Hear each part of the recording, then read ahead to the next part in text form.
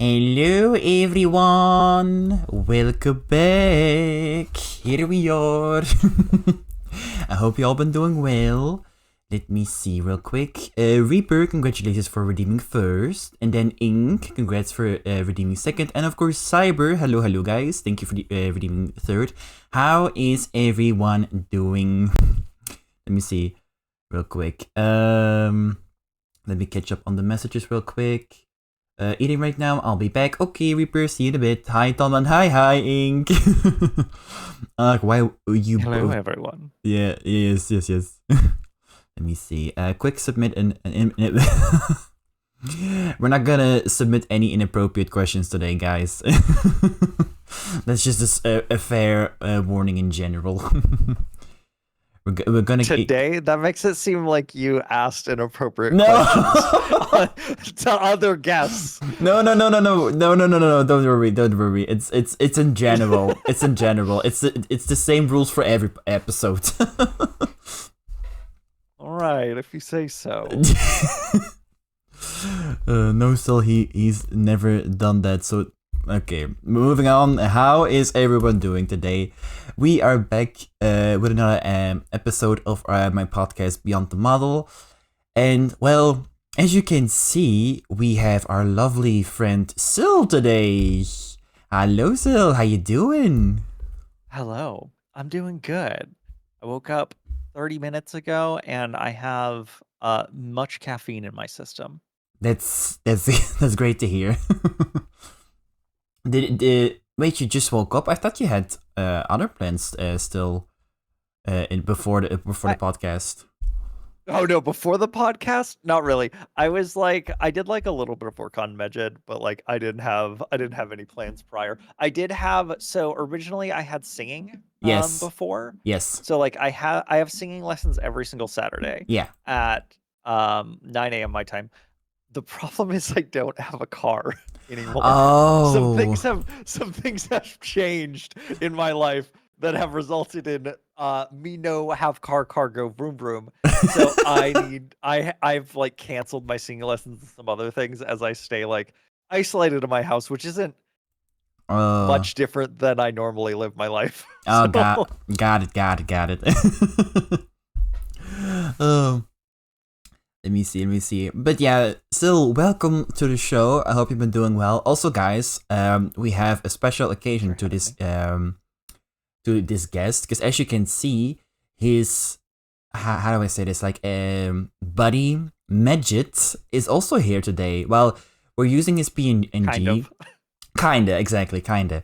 So on the stream, basically, we'll just use a PNG of her, but we did test it a bit, so she should be able to respond through Discord. I believe it should work, right, Sil? yeah, you guys should hear her voice. It really depends. So, full disclosure, like 30 minutes before this, I have not tested the what I call like group collab stream features that I have built into Megid. Yeah. I recently like redid a lot of her systems and I've been like systematically checking every like setting as I go back through it Yeah. because it's like a big job. And Yeah. I have not tested the group collab settings at all. So like 5 minutes before we went live, we're like, yeah, we could try bringing Megid in here. Yeah, like so I'm like frantically like coding in the background here. I'm like, I got this. Just give me a second, please.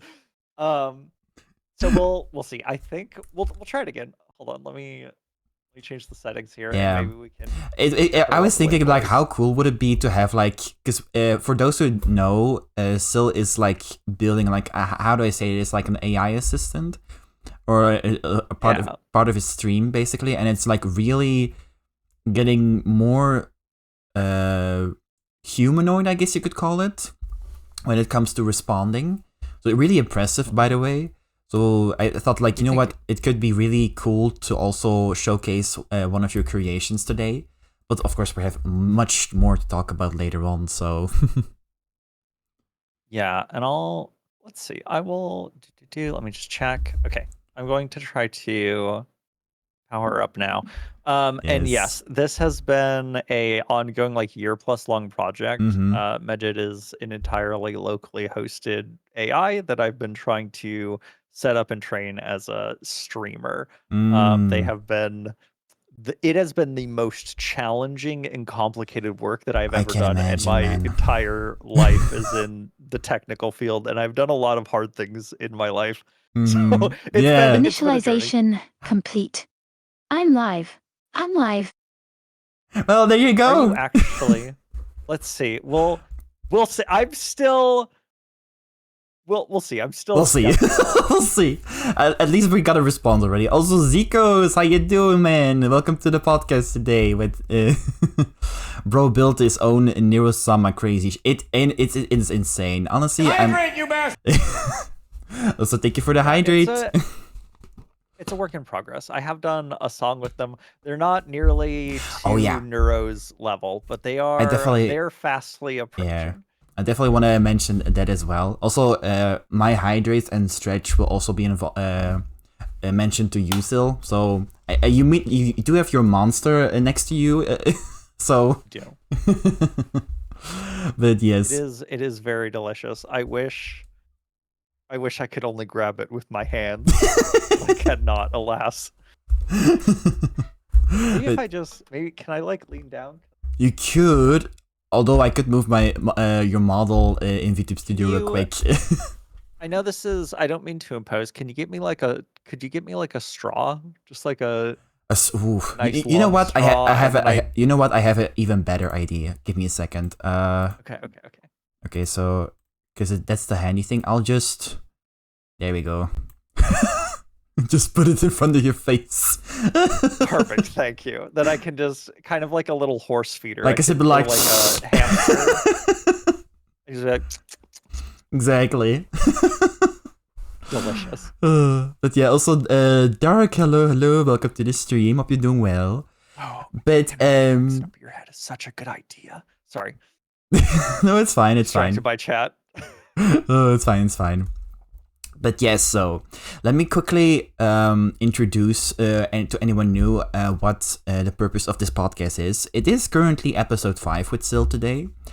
Sil is also alerted like how basically the thing will go.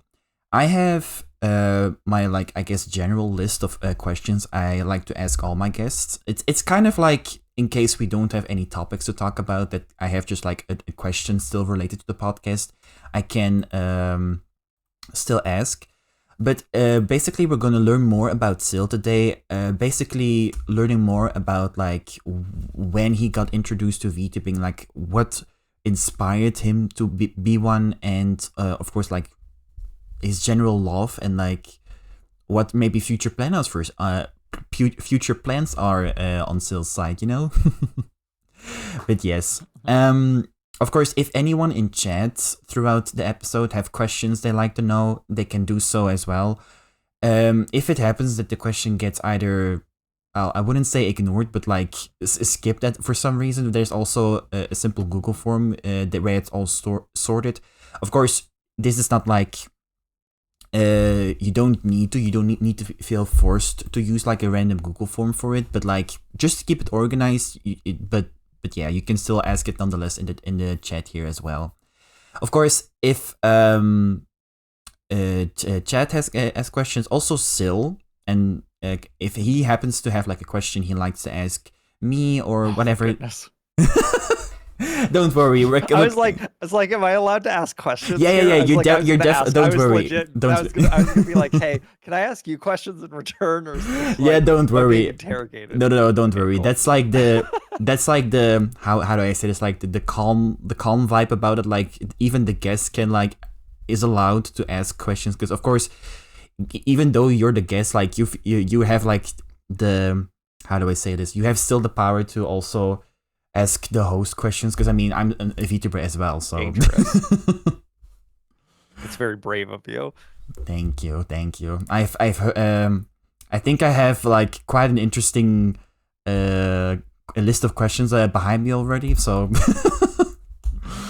but okay, so to give people who never heard of you a little bit of an introduction, like can you quickly explain a bit like who is Sil and like what is your all I guess, brand, or like what do you do on a daily basis with in the VTubing space? Yeah. So, man, I have raging ADHD. So this question is a little bit more difficult to answer, Oh, that's perhaps. fine. But yes, let's just do a basic intro. Hey, my Mm-hmm. name's Zill. I'm an ex-pro VTuber. I started about a year ago. Mm-hmm. And man, what's my whole thing? It ranges. I do singing. I've done a song. I've made software on on kind of a whim. I made Mm-hmm. VTS Face to Face, which is Mm-hmm. now on Steam. Self plug really quick, and then I also spend most of my time like working on Megid. I like playing like Souls-like games and like difficult games, kind Mm-hmm. of Mm-hmm. get it going for me. I really like anything that makes me want to cry and redo the same fight 30 times. That's the Yes. kind of poison that I'm into. Okay. I also have done like improv game shows Uh-huh. that I host occasionally. Originally, they were going to be every month, and then they they may have slipped a little bit. But Eh. I do want to get back to doing like some game shows sometimes. I think sticking to a very strict schedule is perhaps a little bit more effort than it is worth for the Mm-hmm. time being. Okay, nice. Okay. Thank you for your short introduction. So, if for anyone new who hasn't heard of me, hello. My name is Ollie, or Ollie Dandelion, and I'm just a quirky little entertainer with sometimes a sassy little attitude that people seem to love, but we're here for the fun vibes nonetheless. Okay, so let me start off real quick a bit some of the things that you mentioned in your introduction. So first off, let's talk about your music background. So you said it already that you have been singing nonetheless, but also you produced your own original song, Content on Demand, if I'm not mistaken it's called. Great song, by the way. I still listen to it till this day. I will say research. yes. I will say sometimes I don't know what the tool was called. Transpose to pitch the general audio a little bit higher. That's usually my preference in general, to give it more feeling whenever I listen it. But if I do that with your song, it's like, oh dude, this is such a vibe. But yeah, it's like such a great song. Can you maybe tell a bit more about like what was like the behind the scenes of, or like how did it came in process to about the song? Yeah. So it started with, originally, like I've been working on Megid for a very long Yeah.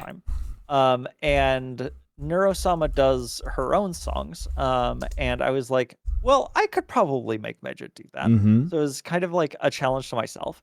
And then Mm-hmm. and then I was like telling people about the song. I'm like, yeah, I'm gonna make Megid like sing this song. I'm gonna write the lyrics for it, and I'm gonna like kind of like the same way that you do like Vocaloid stuff, essentially.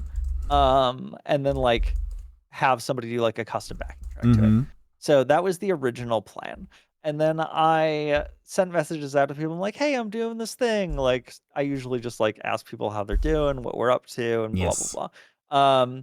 And somebody specifically, it was Mao, which is a friend of mine, another VTuber. They were like, yeah, so like it would be, you're doing like a duet, right? And I like paused for like a good like 30 minutes. I was like, do I do a duet? Do I change this to be a duet? Yeah. And then I was like, yeah, I'll do a duet. And I had the very first part of this too is like I already had the lyrics like written at this point, for the Mm-hmm. most part. They Yeah. kind of changed over time as things do. Yeah. And like, so then I had to like start parsing out like, okay, this was originally just going to be like a solo song. Which lyrics are Megid going to sing, and which ones am I going to sing? Yeah. So like what I ended up doing is I made Megid sing the whole song and like keyed all of her notes and everything. Yeah. And then I sang as well. And the way that I got Megid's voice into the app, I say it's like Vocaloid because that's the easiest way to describe it. Mm-hmm. Mm-hmm. But like essentially it's more complicated than that. So you guys are probably aware of like AI's ability to clone voices. Yes. Like if you wanted an AI to sound like somebody else, you can clone that voice. Mm-hmm. So I've created local software that does that for me, and I ended up taking samples of Mejid's voice and then cloning them over my voice Mm-hmm. while I was singing in the song, because otherwise Mejid would just sound very flat. Like AI, like if you ask an AI to sing, it doesn't sing. It's going to like just say Yeah. something in a flat Yeah. tone, right? So like there's the technical challenge of that we had to get through. And the cheap and easy way I did that was I just sang the notes and then I put Mejid's voice over top of them. Mm-hmm. That works a little bit. Mm-hmm. So in the song, there is screaming as well. At the Yes. end of the song, there's like a screaming section, which it took me like a week just to learn how to do that scream without destroying my vocal cords. Got it. The the problem is that when you map Mejid's very kind of crunchy AI voice Mm-hmm. over the top of the scream that I did, it sounds bad. I don't know how to describe it. It does not sound good. It Yeah. sounds terrible. It sounds like somebody is trying to do like one of those like, do you know the jump scares where like the volume challenge on like TikTok where like it's I know just them like too ear well. bleed? That's what like Mejid's scream sounded like. So I had to Oh like kind no. of bury it in like my own. Yeah, sometimes like the song is out. Yeah, it's called Yeah. If on Demand. you It's on YouTube, it's on Spotify. wait a second. I should be able to send a link in my chat. Let me see. If I We could also, I don't know if you would get copy you know for it, what? but we Yeah, I'm gonna avoid it. Instead of okay. That's listen. probably a smart idea. Okay, chat. Instead of listening Yes, Reaper. over here, I'll just send the video over here. You guys should be able to watch it. But yeah, that's Sill's original song Content on Demand. Definitely recommend listening to it because it's really a banger. I said it already, but it's honestly true. Yeah, it's a certain type of song. Mm-hmm. And you will either like it or you won't. It's true. I've had people be like, they're like, I'm gonna be honest, Sill, I do not like this song. And I'm like, tell me why you don't like it. Mm-hmm. And they're like, because I don't like pop screamo songs. And I'm like, totally reasonable. That's 100%. If somebody's like, because your voice sounds bad, I'll be like, oh, okay, I'll go back and I'll try again. Like, as long as it's like, basic stuff. No, that's fair. I will say one thing that I do enjoy about the song when listening to the lyrics, it's like there's these like mentionings of like the struggling of a VTuber with like I guess yeah. Yeah, I can get into the lyric inspiration itself. So and it should be pretty clear. Like I had people like read through the lyrics and I'm like, read through the lyrics. I'm not going to tell you what they're about. And I'm like, tell me what you think the message I'm trying to send in the lyrics is kind of like how I like workshopped that. Cause I was like, I want to make sure that if people hear the lyrics, they like know what message I'm trying to send. Mm-hmm. And it was pretty clear. Every single person was like, yeah, is this what you're trying to say? Like in exact terms. And I'm like, yeah, that's exactly right. So like the message that I'm trying to send is like, how do I do this without getting a little bit too emotional? So in social media in general, it was kind of meant for content creators as a concept. I did it as a VTuber because that's kind of where I got my content creation like stuff from. But like being a content creator is grueling. I don't know how to say that in a better way. Like don't get me wrong, it's fun. Every single person that I've talked to loves it. It's why we still do it despite what I'm about to say. But like there's a certain like soul grind to it where like you can post daily. You could do everything right. You can post videos, you can make amazing content and you can post it online and you'll get like 2 or 3 likes. Like there is some like crazy like artists that I have seen where like it's like immaculate. It's crazy. It's beautiful. They've put so much effort into their craft. They do like, they show like front to start. They do like a bunch of streams and like it's just the most amazing thing that I've ever seen. And then you go to like their page and it's like 50 followers, and you're like, why? Yeah, What yeah. happened? Like, what happened to you, buddy? Like, why is so like I don't know, and I hate that. And Yeah. I think people really associate that to their self-worth a lot of the time. Mm-hmm. Like it's hard not to some days. Like I know the goals, like, you shouldn't. It's not indicative of like who you are as a person, Mm-hmm. but sometimes the evil wins, chat. Like sometimes Mm. sometimes you just have a day where you're like, maybe it is me. Maybe my Yeah. stuff isn't Well, great. yeah. Maybe my stuff isn't good. Mm-hmm. Like, and I don't know. This like I don't know. It's very real to talk about, and I know it's like something that everyone feels is the Mm-hmm. thing. Like I know that like no one is alone in that endeavor. Just Oh, if you definitely are in not. No. content creation for Mm. like a certain amount of time, that's just kind of the way that it is.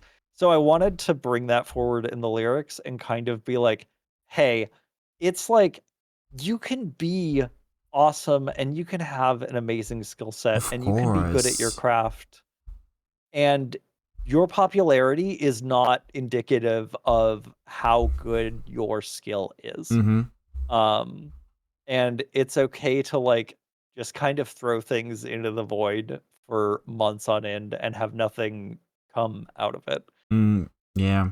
I fully agree to that. Yeah. I've said it many times that I personally believe in in slow growth. Like I've been I think active for like maybe almost 2 months right now, and then um when I've talked about it recently, when it comes to with like the content you post out, then of course it's important that you treat all your content like golden tickets, because you never know what will happen with them. And well, I myself have experienced it already. That of course it depends on the platform that you post the same video, the exact video.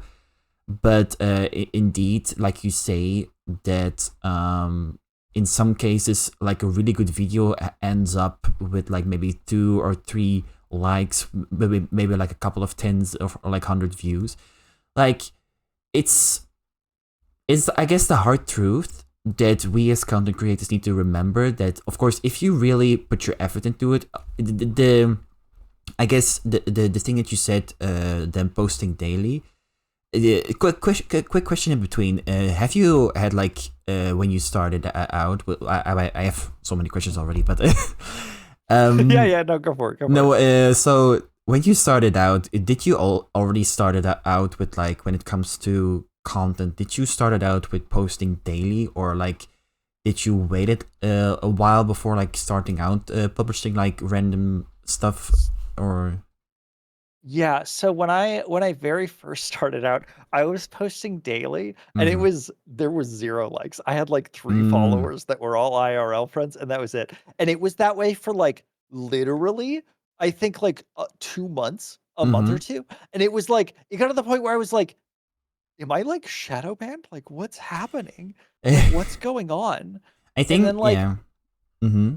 I and then I was like, okay, so like what's happening? I was like, there has to be like from a technical perspective, because Mm-hmm. that's how I kind of approach things. I was like, there has to be programmatically a reason why this is happening. Um, Yeah. turns out it was because I wasn't commenting on anyone else's things. I wasn't interacting like a person would, like on a post. Like I wasn't like Oh, liking, okay. sharing, and like commenting. And it's because I don't do those things normally because I'm like an extremely shy and introverted person, Ah, despite me just kind of blabbing yeah, nonstop. yeah, yeah. I do fall into that camp, I think personally. So like Uh-huh. I just don't like I'm like, what if I like say the wrong thing? I'll think like 8 hours on something. I'll be like, send, and it'll be like 3 words. Oh, And like relatable. the other person will like respond immediately, and I'm like, oh, how'd you do that so fast? What's going on? And then I'll like try to read like subtext 3 times into something, and the conversation will be like, hey Zill, how's it going? I'll be like, good, what's up?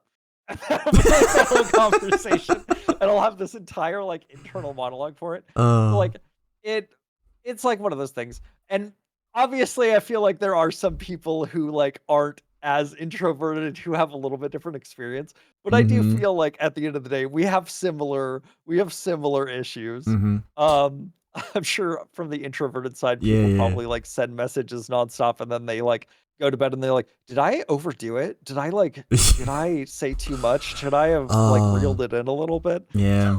Like, I feel yeah, I relate that to say. I think till this day I sometimes have days where even though I have spoken to this person like so many times, and then mhm. if they're gonna be like, or if I want to start a conversation and if it's like, hey dude, what's up, and then I'm like, was I annoying? Like, did I do the right thing? Like, will they hate me? I know every single time. Because they so many questions To be just by honest, saying, hey, yeah. what's up? Sometimes I just send that like so when I say risky text, I know that has different connotations. My Yeah. versions of a risky text is like I will just like kind of like info dump. I will be Mm-hmm. like, "Hey, I'm so sorry if I came off like a little bit strong. I'm just like really excited and happy to meet you." And I like full explain my thought process. And I've had people like come to me after and they're like, "Hey, mad respect. I'm so happy you did that because it's just so much easier to like I don't have to guess anymore. Like I don't have to be like, Mm-hmm. "Oh, you are happy to see me," or maybe you're being like a little bit like weird about it or whatever. So like I've had people like come back to me. They're like, "Thanks so much for giving that like clarification." I'm like, "I got you. It was in the middle of a panic attack, but you're welcome." Oh, amazing, amazing. Speaking of, because you mentioned something earlier about when you like in the beginning were posting the content and it was like the three following situation, and you were like questioning the program situation. If you look back to those posts, was it like maybe random stuff, or because the thing is, Oh, it was almost certainly random things. It okay, was so probably yes, like so yeah. the thing that I instantly think of when you talked about it is like something that we've well, shout out to Zika's in the chat, but talking about the Beat sequence complete. Midget Ignore online. her. I just restarted her. I was hoping no one would notice, and then I forgot she has a wake-up message. No, it's fine, it's fine. No, I was gonna say, because we talked a lot about the algorithm these days. Yes. So if you hear like a random voice in the background, that's Midget. Yeah. Sil is working on him in the background, I guess, but yes.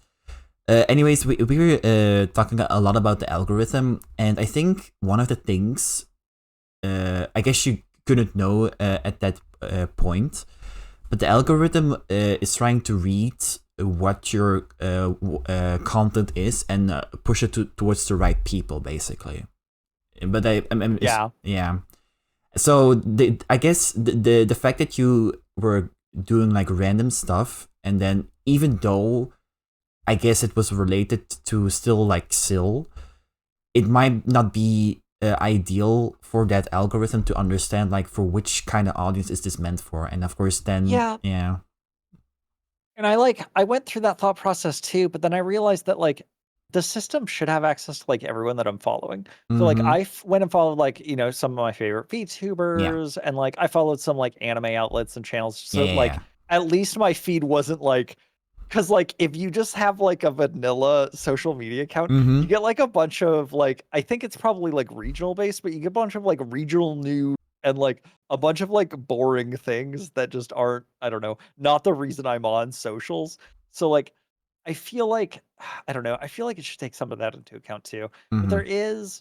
there is like a lot there is a lot that goes into the algo, and there's a Mm-hmm. lot of videos of people trying to like break down what the secret sauce is and the science. Yes. And Mm-hmm. it's like, man, it gets complicated. I used to work in like Mm-hmm. the software industry for a very long time, and like the reason they don't expose that stuff to people is because they're afraid other people will just like steal that secret sauce Yeah. and then Yeah. redo it. So like there is like a gross corporate reason why that Yeah. stuff is hidden. That's So, understandable, this yeah. is the full circus lineup. Ollie's monocle probably needs a cleaning by now, right? Mr. Ollie, you have bifocals. I didn't think I was gonna be read by an AI today, but thank you so much, Magic. I'm glad to see they're working. You know what? I'm glad that they're working nonetheless, yes. But I hope you're doing well, Midget. Can she respond? I don't know. That's a great question. So the way I have her coded, yes, she should respond. The bugs that I'm encountering are it's complicated. No, no, So it's fine. she's It's on a fine. time yeah, she's on like a timer and she takes like speech in on different timers and things that I have like scheduled to. And Mm-hmm. all of that is broken. I don't want to get too technical with it, No, but no, it's fine. I'll be working on her throughout the call. Okay. Okay. Let me see. But yeah. I guess my reading was more like a quick glance and a deep dive into your soul. Oh. Well, the more you know. But so, yeah, so quickly about the algorithm again. So, the thing that you talked about with the secret sauce, I will say, if I can look at my own content recently, I did mention this before, because when I first started like producing content, because this was way before I was even like, I was still in the development process of like, well, the whole setup, and you know how that has been as well. But I think the thing that I just usually would post is like funny moments from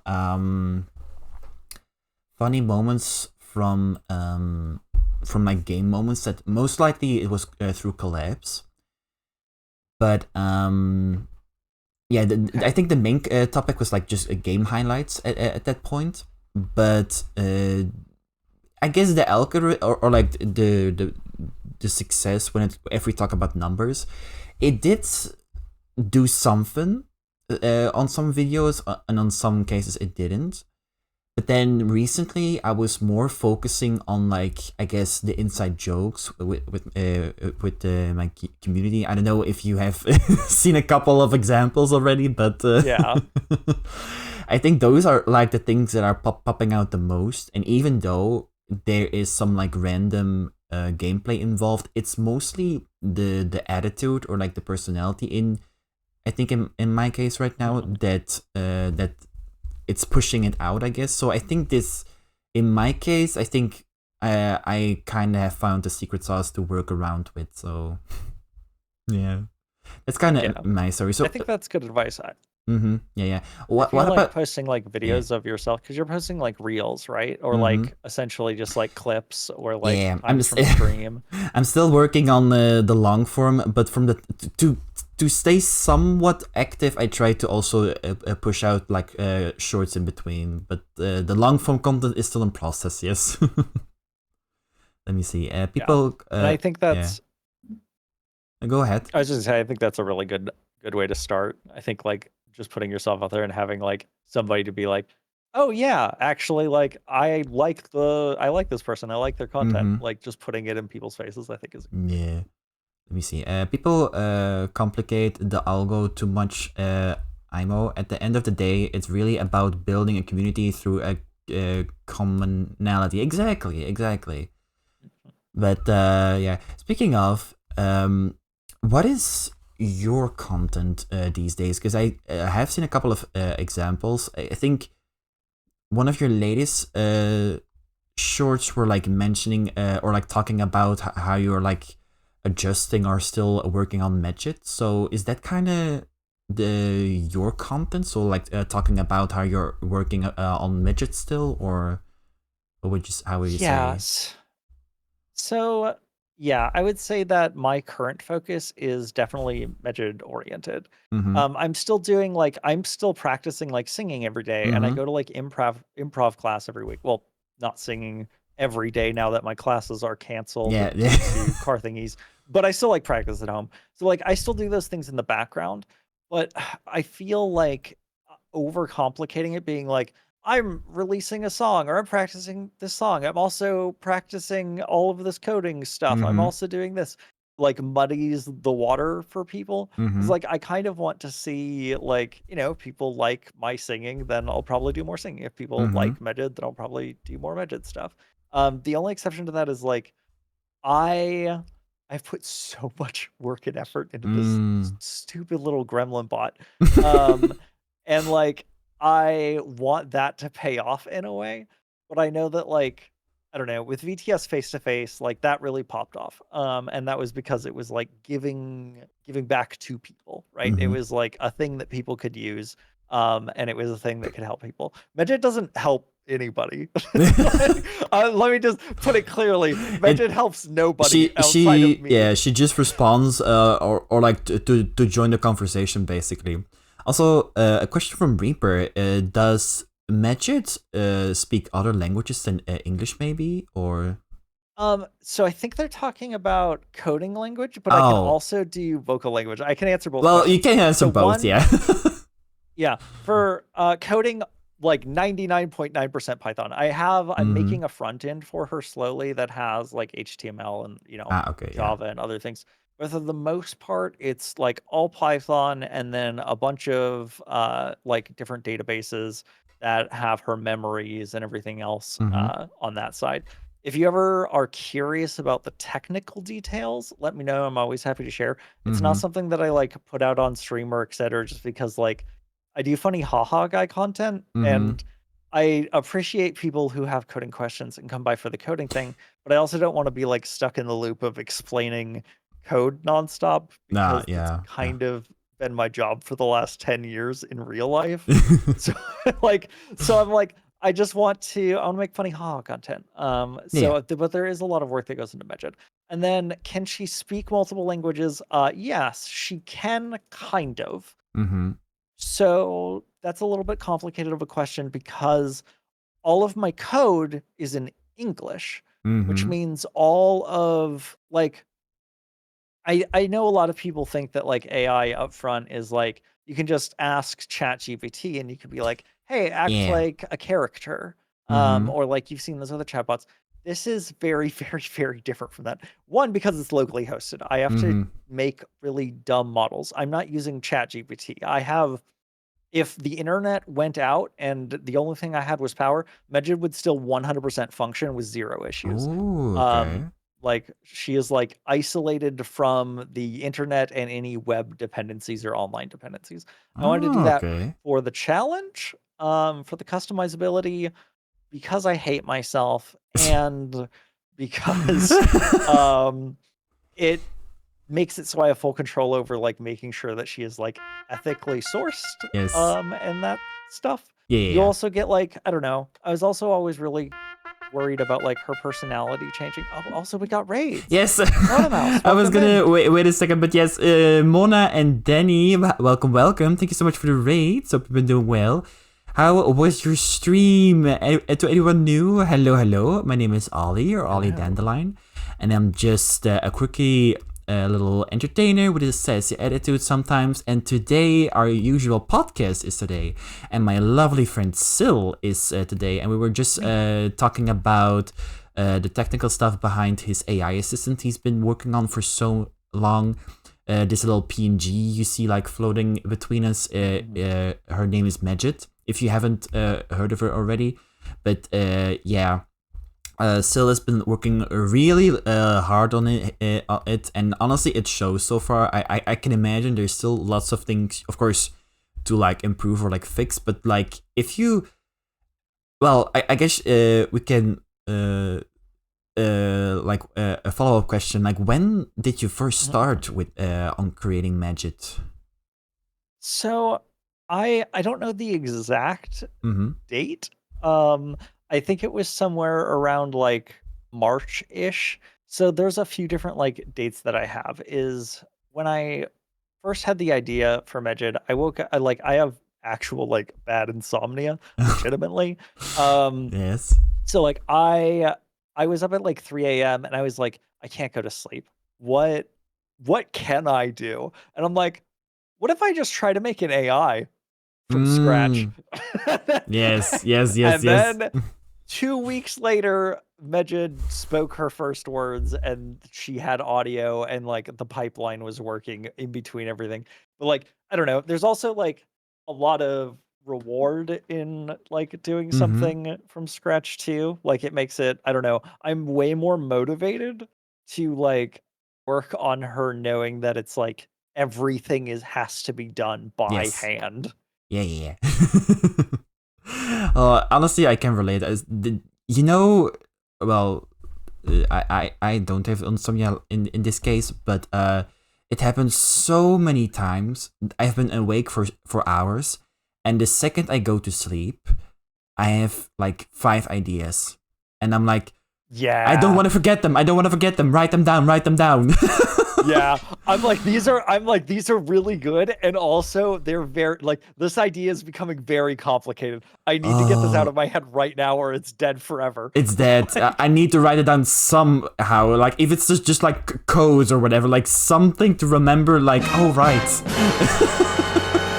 Yeah, that's kind of how like VTS face to face came to being too. I Oh, was just yeah. like lying in bed and I'm like, That was my man, I need to make this. That was my follow-up question, because also for those who don't know, well, considering with the radius now, also Sil, I don't know if it's still recent, but a little bit in the past, he created this tool for us VTubers to basically for those who have like many toggles when it comes to like phrase expressions or whatever.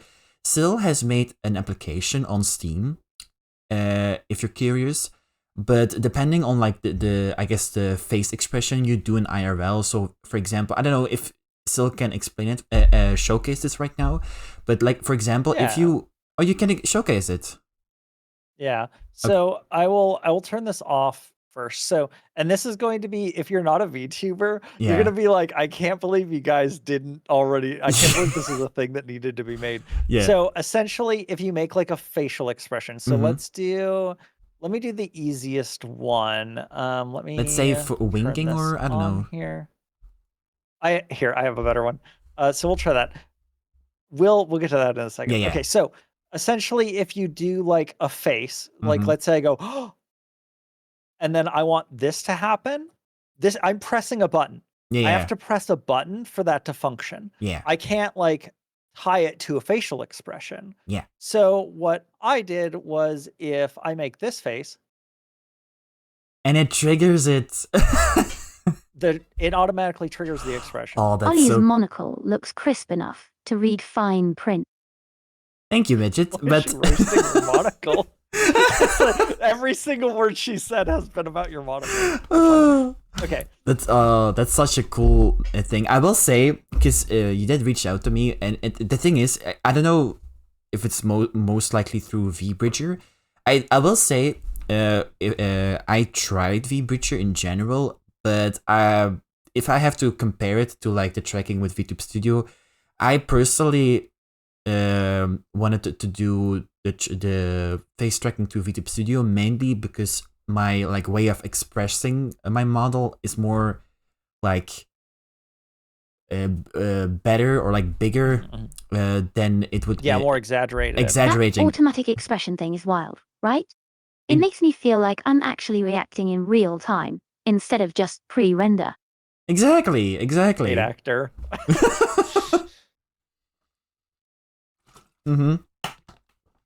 But yeah, for anyone interested, or I think it's definitely a really good tool for beginner VTubers. If people are either making their own model or like having a model like they either commissioned or they found online, and they have like really like I guess a library of toggles, and instead of immediately purchasing like a a really big stream deck with multiple buttons to trigger them with Q through buttons, like just use Sil's face-to-face, or what was it called again? I'm sorry. Yeah, face-to-face is right. Yeah, face-to-face application, and just with simple face expressions, you can trigger the expression that you want. Is crazy, but yeah, definitely impressing things that you have created so far, I will say. It's interesting that you bring up the Stream Deck thing, because I've had like dozens of people send me a message and they're like, I don't need to buy a Stream Deck anymore. You just saved me $120. And I'm like, that was not even a thought in my head. Like, people are like, dang, Zil, you're so smart. And I'm like, nope, I did not think of that at all. But now that you bring it up, you're right. That is a very good idea. It is honestly a lifesaver. The fact that just an application, which is honestly very affordable, does that for you instead of spending it on well, of course, I mean, I myself have like the 6-button stream deck mainly for like the simple things, but like for face expressions, like it's definitely for those who have like multiple things they want to do, not through buttons, because of course just doing it with your face like saves those like maybe 3 seconds to like go through all the buttons and like find that one expression button. It saves all of time. Also, so yeah. Yeah. Also, Reaper, I know exactly what you're talking about. So Reaper's saying Yeah. essentially, and this is you've inferred extremely well. So I appreciate that. So essentially, if you have to map your facial expressions to a key, so like Mhm. most VTubers will have their facial expressions mapped to like 1, 2, 3, 4, 5, 6, 7, 8, because Yeah. most VTubers don't have like a stream deck. Mhm. So like if those buttons were in the game, you'd be pressing them. You also couldn't like you couldn't like type to somebody. Like if you're like trying to type to somebody and then like the like expression triggers, like it will like change things. So there's another application that's out there. I did like a little bit of market research. I was like, has anyone made this already? And I don't nobody think did. it has now. There's one person who made something that's kind of similar. So it takes facial expressions and it maps them to hot. Oh, to But the problem is that, yeah, but the problem is if you like, let's say you accidentally opened your mouth so like a little bit wider, it would press 9 on your keyboard.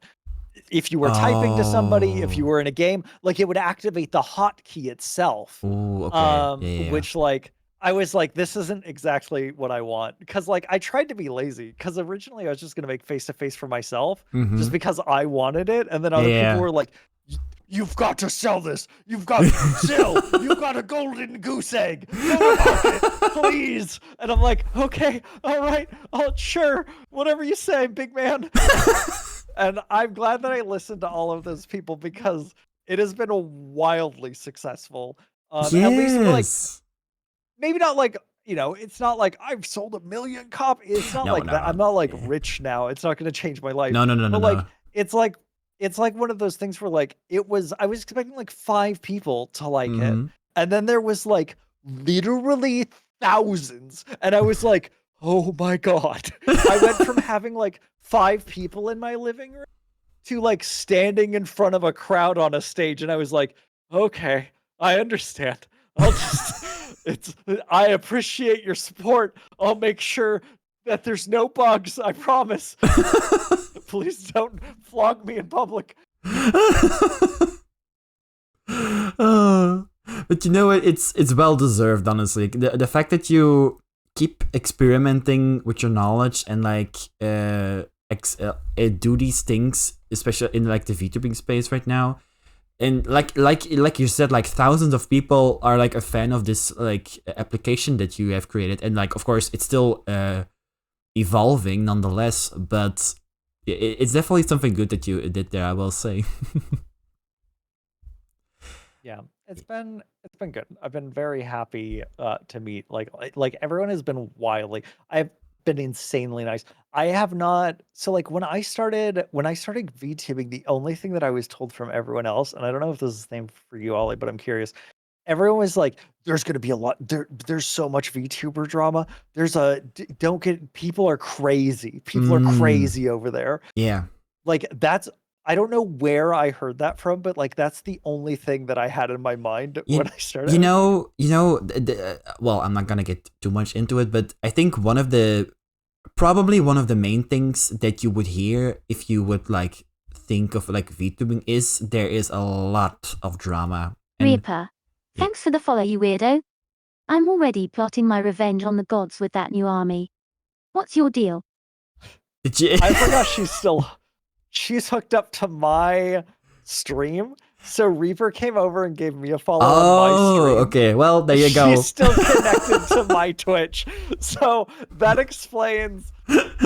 That's good. Hold on. I'm going to note. This is like the stuff that I have to go through like every single day. No, it's fine. It's fine. It's fine.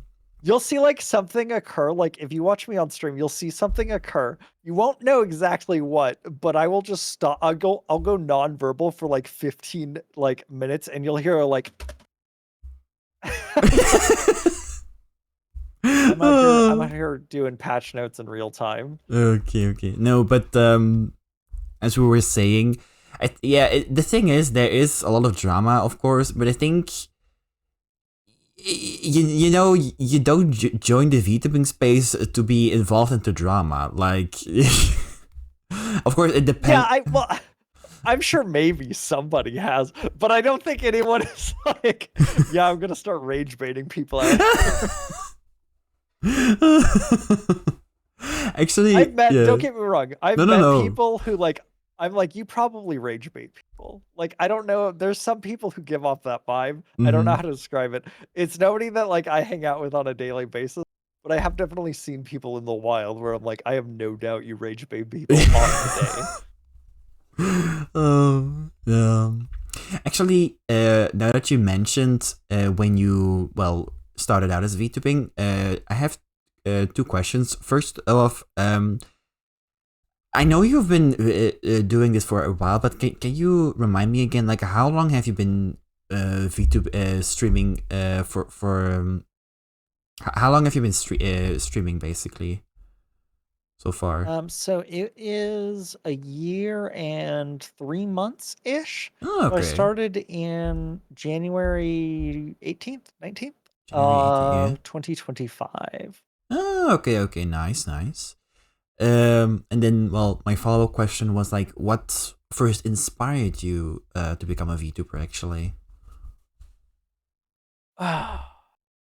This is gonna be. I feel like I've been spilling my heart out a lot more. So like this is going to be like another long running story. No, that's fine. Just clear, you're asking like why originally I decided to Yeah, become so a VTuber basically, over like just regular streaming or like anything else. I think to describe my question a bit more, considering we've been talking already about like, I guess, the achievements or like the things that you have been doing in the VTubing space with your knowledge, and like the things you have like build up with like the application and like the song you made and all that stuff.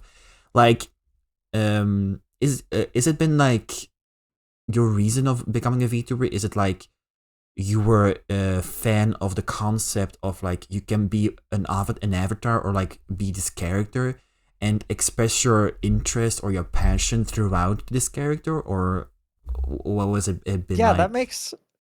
that makes a lot of sense, and I feel like 95% of VTubers would agree with that statement. Mine is a lot weirder. Okay. I'm curious to hear. I have like, it's almost like a villain backstory. Oh, okay. So I have worked in tech for a very long time. And I was raised and born poor for like most of my life. And because of that, I had like, imagine like Luffy from One Piece. Yeah. He dreams to be king of the pirates. My dream as a child, and I don't know if this sounds sad or greedy, but my dream as a child was like, I want enough money to be able to do what I want when I want to do it.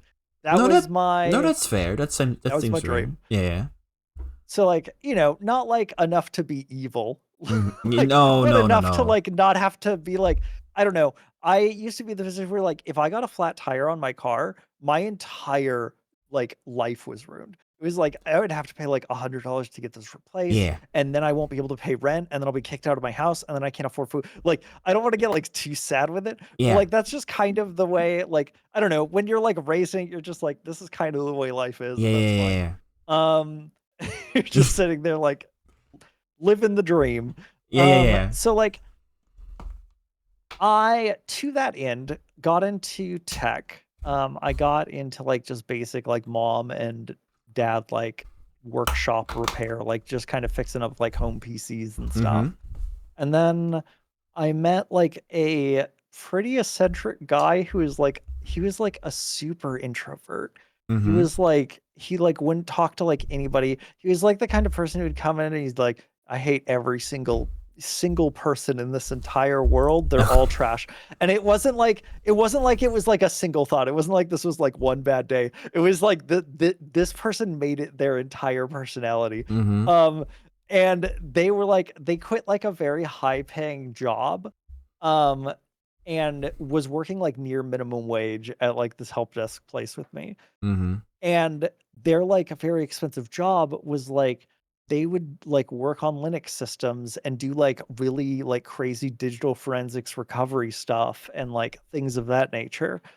And while I was there, I just kind of like asked questions and had him like teach me on the spot. Mm-hmm. So I had like a weird like into digital forensics. And Mm-hmm. then I started like getting jobs at larger tech companies and going on. And then eventually I like dropped back down to like an old mom and pop shop that worked like in the area. And I worked for them for a little bit. Mm-hmm. They were very nice. They were wonderful people. I helped like write a bunch of documentation and stuff for their business, and I did like security stuff. They were like, "Hey, we need somebody to do like payment card processing, like security for the Mm-hmm. internet." I was like, "Okay, that's cool. Yeah, I can do that." Like I'm usually just like the person that says yes because I'm like, what else am I gonna do? I have ADHD. I need like something to fill my time. Like, dog, I'm not Yeah, just yeah. gonna sit here and like slack off. I just can't. I literally cannot process that way. I would rather like I don't know, drop dead. So like I like started doing like just a bunch of things, and you're like, wow, overachiever and etc. I'm like, no, I just don't like being bored. So like eventually that ended up getting the company purchased by a much larger cybersecurity firm. Mm-hmm. Part of the story too is worth mentioning is the owner of that mom and pop shop was also like a ex-sheriff. He was like he did a bunch of digital forensics. Okay. He helped out law enforcement. He worked with like the FBI and like other like scary three-digit organizations or three alphabetical, whatever you want to call it, Uh-huh. three-letter abbreviations. And like so I learned more digital forensics in that space. Then we got bought out by a cybersecurity company. The Mm-hmm. owner of the mom and pop shop was like, if Zill doesn't get a chief executive title at this company, I'm gonna quit. I'm not gonna even take the deal. And I'm like, that's crazy. I'm like, I never asked that of you at all. Like, in no point in time did I even ever mention that like I wanted to have a chief title, that I wanted higher pay. I was like, I was just kind of happy just vibing and making like $25 an hour. Mm-hmm. Um, and then like so I become a chief executive at this larger cybersecurity firm. Uh-huh. And I'm brought on to like, and I'm like, I'm the type of person he would expect a VTuber, Mm-hmm. right? I am like, I have a certain style of comedy. I laugh at some unhinged things, and I'm a little bit of a weird guy. Uh-huh. So like, I'm like on these board meetings, and like, they're like, oh, I should tell you right now, I have like a very solid sense of morality where like Uh-huh. if I feel like somebody's disobeying it, I will like speak up like immediately. I'm like one of those types of people. So like during like this chief executive meeting, these like older, they were like 60-year-old people were like, I I don't think we should raise the rates of any of our employees here at Cybersecurity Mart. They should work for us out of the kindness of their hearts. People Mm-hmm. shouldn't be applying to our company if they care about the paycheck. And I like raised my hand immediately. I was like, are you trying to tell me people would just work because they want to work? Are you telling me people aren't working for just a paycheck? Do you think there's some fantasy world where the majority of people are doing what they love on a daily basis? I Mm-hmm. was like, you're insane. These people need to pay rent and take care of their families. I'm like, that's the whole reason they're working for us. I'm like, you need to treat them like people. And like, I went off like at the middle of this meeting in front of like a bunch of heartless executives. Oh, And like on the damn. spot, I was like, I'm going to get fired. I'm like, there's no way this doesn't go through. And I don't end up like on the streets without a job. Um, Oh. and they like kind of like they were like no no no, and you know they like denied and like kind of deflected like everything that I said, and then they like Mm. the call ended, and I worked there for like another 7 months until layoffs came. Oh. And then layoffs came, and then like I could not be happier. That job was like killing my soul. They would also like sell snake oil to people. They would be like, hey, Snake we'll oil? make sure that you're protected. Yeah, so like they're like, hey, we'll make sure you're protected from every single virus that could ever exist, and you'll never get ransomware ever again. And being the person behind the scenes who's like the cybersecurity professional, I go and test all of their products, and I'm like, bro, this thing is full of holes. This thing is just the Swiss cheese of security. What are you doing here? Like, this is just garbo. I'm like, the movie Holes has less holes than this. Like, this is so bad. So, like, I go back to them in like good faith, and I'm like, hey, some of the I'd work claims for free, but marketing, my rent doesn't pay itself. Imagine Well- if you paid rent, I would be so happy. Your electricity bill is not cheap. Okay. So like so I go to them with good faith. I'm like, hey, there's like a bunch of security problems. Mhm. Like this is a list of them. This is how you fix them. This is how you reproduce them. Like full changelog, like everything very professional, very with a bow on it, like to them. And I'm like, hey, you can fix these. It's going to be really easy. It's not that big of a deal. Mhm. If you want me to look at the code, let me. Mhm. 6 months go by. They don't respond at all. I bring it back up Oh. like multiple times with no responses. And then marketing keeps being like, yeah, they'll protect everyone. They'll protect everyone. It's fine. And then like at the same time, a like larger company got ransomware. Mhm. And like we had to explain ourselves because they're like, you promised us this would never happen.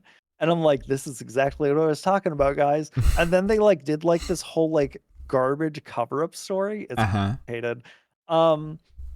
So like it was crazy. That's also where like my background of like, I don't know, hacking and other things come from. So like Mhm. it may seem like I've coded things out of scratch out of nowhere being like a nobody, but I do have like a running history of that sort of kind of generalized space. Mhm. So long story short, I feel my morality core that I was talking about before is very damaged. It is, I feel like I am dying every single day at this job. I am like, I am selling snake oil to people as a cybersecurity professional. It's like embarrassing. Like the whole reason I did cybersecurity was because I wanted to make sure that like, I don't know, little mom and pop shops or whatever wouldn't have to like worry about Yeah. getting like ransomware and like getting shut down. Yeah, Like you were trying I don't to. care if Microsoft Yeah, you were trying to do like Yeah. something good about with it. Yeah. Yeah, like I don't care if like Microsoft gets ransomware. Who I could care so less about that. Yeah. Like they can cover for themselves. They have backups, whatever. They'll recover no matter what. They will persevere whether anyone else wants them to. But like so like we were, I don't know, it was like going just directly against all of my moral fibers. And then I Mhm. got laid off and I was like, I need to cleanse my soul somehow. Mhm. I need to figure out how to wash this filth off of my body. Mhm. And Yeah. as odd as it sounds, I was like, VTubing. VTubing's the thing. I'm like, what if I'm just a silly little guy? What if I'm just like a happy little gremlin on screen? Yeah. And the only thing that I do is distract people and make sure that they have like a nice time. I'm like, maybe that's what I want to do. And then it turned into a lot more than that. Mhm. But that's the reason I got into VTubing originally is just because I was like, I want to be in control of the time that I spend being used to make other people happy, or in the very Mm. least, not feel bad. Like Mhm. give people a break from the Yes. monotony and the chaos of everything that is outside. I think. And I think Yeah. like a lot of people do it for that reason. I think like what you said in the beginning, the majority of people who would like do VTubing or want to start VTubing is to kind of create I guess, a free space or like kind of a break from real life in a way. Yeah.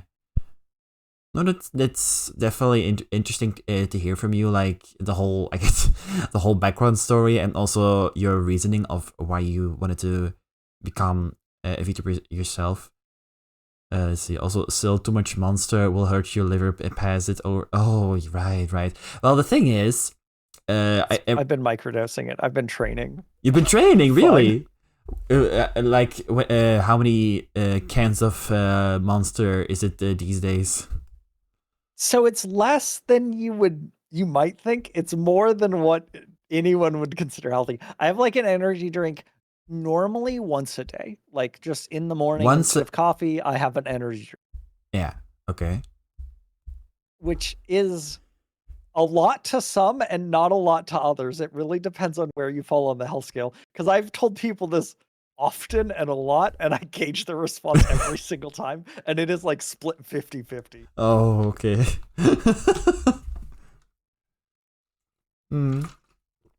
I was gonna say, like, I remember one of your shorts with with our friend Sky, where she was talking about, like, I have a lovely liquid called water, and you were like, mods ban her.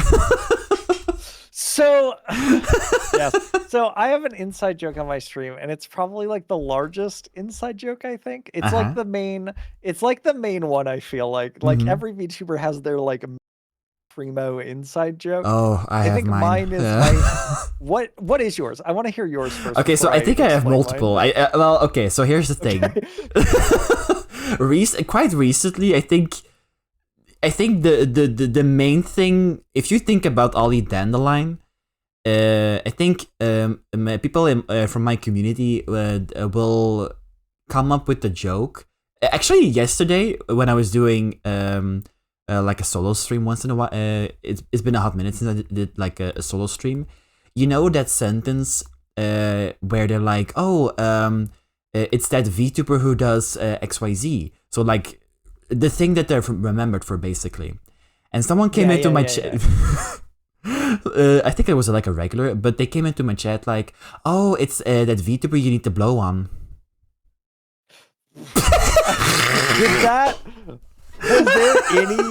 Was there any history before that, or was it just like cold snap? That's the like first time Shatter Flag pops up. No, it was a regular. But I wouldn't be surprised if it was a first chatter, considering I had like this like inside joke with one of my shorts.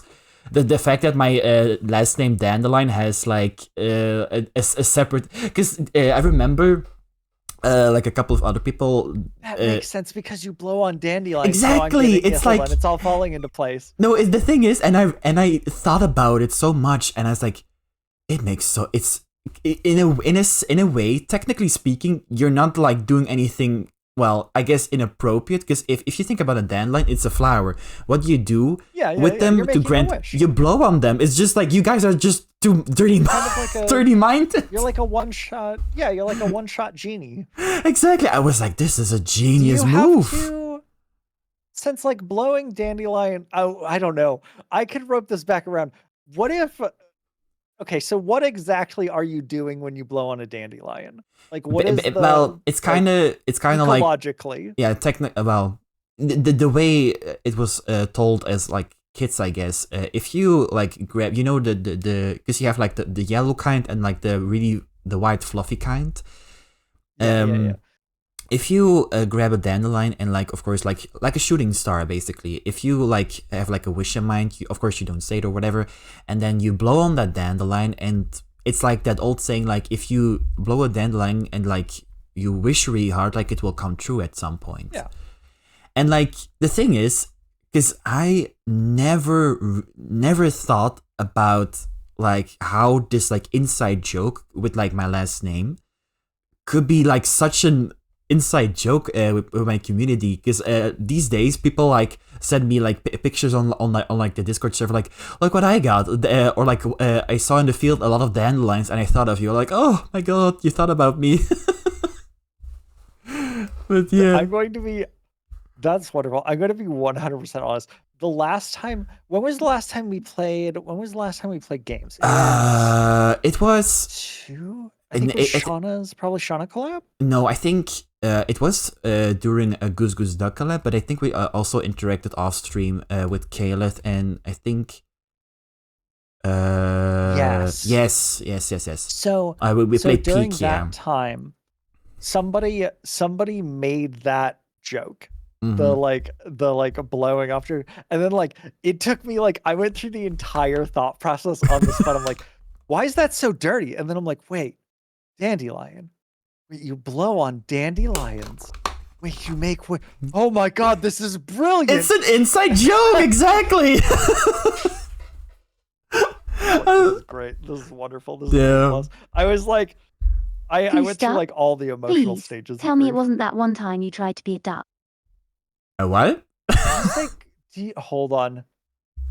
Do I have you? For grief. You really went full Shakespeare on that duck. I'm impressed, mostly because it sounds exhausting to process losing a game you barely understand. I didn't know I I was. feel like I just got roasted for my game preferences on the spot. That's fine. Is that yeah? There's is the AI a bit behind? It's there's like a timer on it if I remember correctly. Yeah, so there is a timer. I also have. It's complicated. Oh no, it's So fine. I'll just get into it just really quick. It'll be like a 10-second rant and it'll be over. Just rip this band-aid off. So Yeah. essentially, I truncate the input to Megid. So if I talk a lot and rattle on, she only gets the last bit of my sentence. She's not programmed for group collabs. Mm-hmm. So when me and Ollie constantly talk back and forth, it's like one enormous run-on sentence. Mm-hmm. And there's no way for her to understand the difference between like me speaking and Ollie speaking. I just don't have that programmed in any way. It Yeah. turns out it's more complicated than you'd think of just being like, Mm-hmm. let's just take like who's talking in Discord. Mm-hmm. Doesn't work that way. There's like a bunch of other stuff that makes it Yeah. obstinately difficult. So long story short, yeah, she's like kind of responding to past things. She's also getting like half input that she needs to actually respond. She'll behave a lot. If you're interested to see Megid at full strength, come check out stream tomorrow. Yes. I will be running with I Megid. think I have your Twitch mentioned in the title, so you guys can just go to. I mean, Reaper already showcased. If he follows the channel, Megid will call it out. So We'll immediately call you out. Just be aware of that. Yeah, but okay, back to the topic. So that's kind of my inside joke in my community with like the dandelion joke. So, but what about with you and like this like banning people who like water in short? Yeah. So long story short, I realized at some point, I don't know when I did the math, but it was like, I don't know, for at least like the past 3 or 4 years of thinking, I'm like, because I have an energy drink in the morning, Yeah. right?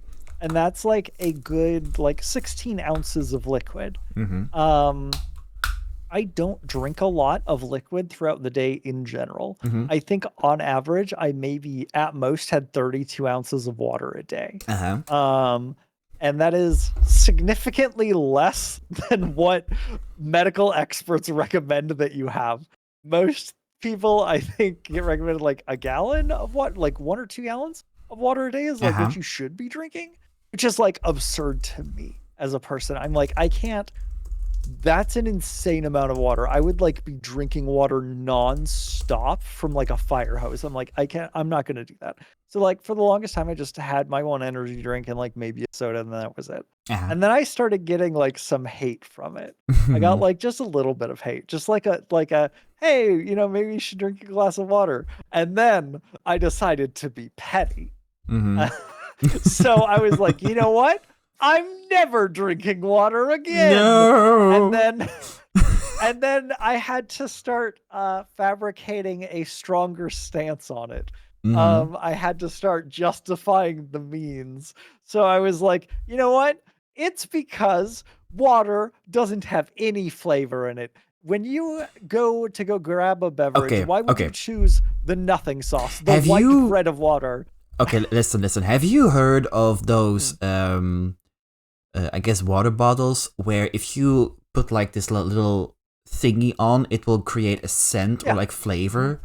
Even though you're technically still drinking water, you have the ID you're drinking something else. Yes, I think it's just flavor. Scent would be really funny. Yeah. I would pay for some scented water bottles. But yes, those things, they are so like I'm fine with that. I'm fine with anything that changes the water, because at the end of the day, everything is water in it. There's also like a wife's myth of like, oh, water's a diuretic, you know, caffeine's a diuretic. If you have enough caffeine, it will like drain your system and you won't like, you know, you'll be less moist. Uh-huh. I don't know a better way to put that. So you essentially like that's a wife's tale. You could drink coffee all day and you would get like I think it's like 98% water consumption as Yeah. opposed to like 99. Mm-hmm. So like there's also like if you look at like diet sodas, I am just curious. I don't know if chat will be engaged with this. Can you tell me how much water you think is in a diet soda or in a like regular sugar soda, like percentage wise, like 1 to 100? How much of that is water? I do know the numbers. Oh, you do? 70%. Okay, I was gonna ask like, do you have a guess? But you already know. Okay. I have the answer. I'm doing a small little Okay. trivia thing. Reaper Right? thinks I have 70. the answers. You have to guess. Reaper thinks 70. I'm gonna keep it safe and say 50, like 50-50.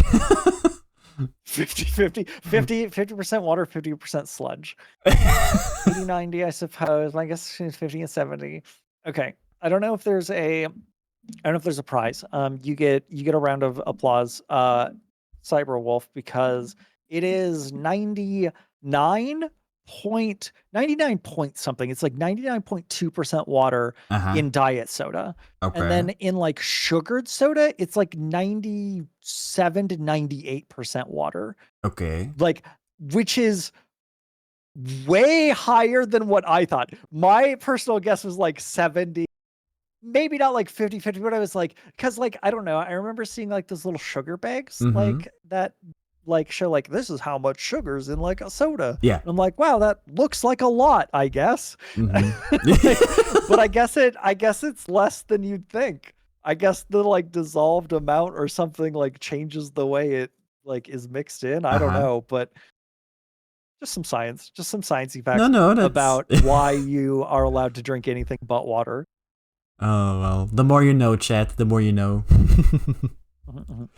So, something that I really wanted to talk about today as well is, as we know, what I talked about earlier with like creating this character that we want to showcase ourselves with. What I'm really curious to know about it is like, what inspired your design for Syl? Like, is it an inspiration from like yourself? Is it maybe from like a character that you look Yeah. up to, or maybe just pure imagination? So I'm gonna out myself right here, right? So I really like Genshin Impact. Ah, okay. Yes. I never played it on stream. Never played it on stream once. I never mention I really liking the game because it's like one of those things where it's like if you're really into a gacha game, there's some like minor stigma behind it. You're like, that person's just a low-key Okay. gambler and they're just hiding it behind a facade of a game. You know what? And I'm like, you're Yeah. right, but I don't need to be called out. You know what? That makes so much more sense because the second you said Genshin Impact, I immediately see the reference in your design. Like I see it. So if you go check out my lore video, Yes. the number one comment on my lore video was, I thought this was a Genshin Impact character release until like the end. And I was like, that's awesome for me to hear. So I made my lore video from like watching the little storybook intros to Genshin Impact. And I was like, I really like how artistic this is. Like, I don't ever see like a nice, like little, like still frame storybook, like slideshow thing. I'm like, this would be like really easy to do as a VTuber. I don't need to like put a lot of thought into like the animation side of things. Like we can just kind of like do it pretty easily. And it's really nice. Also, Reaper asks like if your model was inspired by Sumeru. Sumeru. Yeah, yes. 100%. I like that kind of zone, that area. I also did like I kind of matched the facial hair to be close to, this is kind of like my daily facial hair in real life. Ah, okay. So if you see anyone that has this facial hair, know that they are me. Just if you see them on the street, just run up and say, "Hey, I'm a big fan of your channel, Zill," and ask for their autograph, and you'll know it's me, 100%. Don't question it. I will say, my first impressions when I first like saw your design, I didn't, well, before hearing that it was like a Genshin Impact reference, the first two things that were like in my mind was this like Egyptian aesthetic with like high tech elements in that, because it's like the blue highlights, etc. So it's kind of like a mixture of those two. Yeah, so I like that I'm being like, as you like mention things, I'm like, you're right. That's why I did choose that. Like I'm being reminded slowly, like why. Like a lot of the cybernetic things, and I never bring this thing out, but I do have like a little like cybernetic tablet thing, so I can prove that it's not just, oh yeah, like blue lines means like cybernetic. I had like a whole, like all of this was kind of planned a little bit because I was like, I'm a cybersecurity engineer, and I'm like, at some point I'm gonna mention it. At some point, it's going to come up in conversation. I'm like the vegan of tech jobs. If somebody is like, "Hey, I work tech," I'm like, "Yeah, I work in cybersecurity. I do cool hacky things." Like, it's just one of those things. Like, I don't know. It's being. I got to do a lot of things that were like very hackerish in real life. So I brought that into my design because I knew it would come up at some point. You know, I like that you put that element of like something from your real life, the technology. Yeah, like you said, you put that in your VTuber model. So I think that's really cool that you mentioned that as well. Yeah. Yeah. It's little things. I like that like each VTuber has a little bit of the person behind it in it. Whether it's intentional or not, you made the choice. Like you chose the things that you chose. Unless you're using like a pre-built model, but even then you're choosing the pre-built model that you're choosing. So in the way that's kind of telling. Ollie, do you have what have you brought forward in your character? Small or big? Yeah, okay, so let me go through the process of how I came up with the design for Ollie. So I've mentioned this before, but basically this is kind of an evolved version of an original design I did 4 or 5 years ago for like another personal project of mine. If you compare the two of them, there's definitely a huge like they could be brothers, honestly. It's the thing is, the original design for Ollie was more steampunk and evil villain vibes. I think the colors were the colors were definitely more darker, so you definitely have like a more evil edgier vibe from this character. Are you evil, Ollie? You have to legally tell me if you're evil. No, I'm not. Don't worry. Well, sassy is or like an attitude, sure, but there's a difference. There's a difference. All right, Sassy's just the step before being a villain. It's a track. All right, I'm watching you. But no, so the thing is, when I came with the idea to like, you know what, I'm gonna start the VTubing as well. Of course, the first question is like, what is gonna be my character? And I will say there was something about the original design that just like, it was like the way it was like put together that I really fell in love with, like the feeling or like the overall design that you got from it. So I definitely wanted to do something with that. I did try to do like an alternate version of it and just like use maybe some elements of it, but like definitely did not a copy paste. It did not go so well, and so at the end I just did a copy paste basically. But yeah, I mean, God, I've run into that too, where you're like, there's like, I don't know, you're like, I can see why these design elements like exist together. Yeah, like I get it. Yeah. But yeah, so that's kind of where it went to. So of course, with like the drawing skills, where in comparison from like just 4 years ago, they have been evolved, of course. But I think instead of keeping it the whole steampunk like villain vibes, I wanted to be like a more like approachable design and more like, I guess, quirkier. Well, basically the person I am today is to like fit that character more, if that makes sense. So that makes sense. Yeah, that's kind of where So when you mentioned like the design being evil, was that like an intentional like thing, or did you just like pick colors like just kind of on your own, and then you like No, looked at them, so like step back a couple feet and were like, that's evil? no. So the thing is, the original design, it was part from a school project, and that was based off a theme. So, well, it was this character was assigned to be a villain, basically. So that's kind of the assigned villain at birth. yeah. So we were what was the theme? I think the theme that we had to work around was the story of Pocahontas. So of course she had like the hero or whatever, and you of course if you know from like I guess from the Disney movie Pocahontas, like the villain in this case, you basically had to create like a different concept, but it has to like be a reference from the story of Pocahontas. So I created this like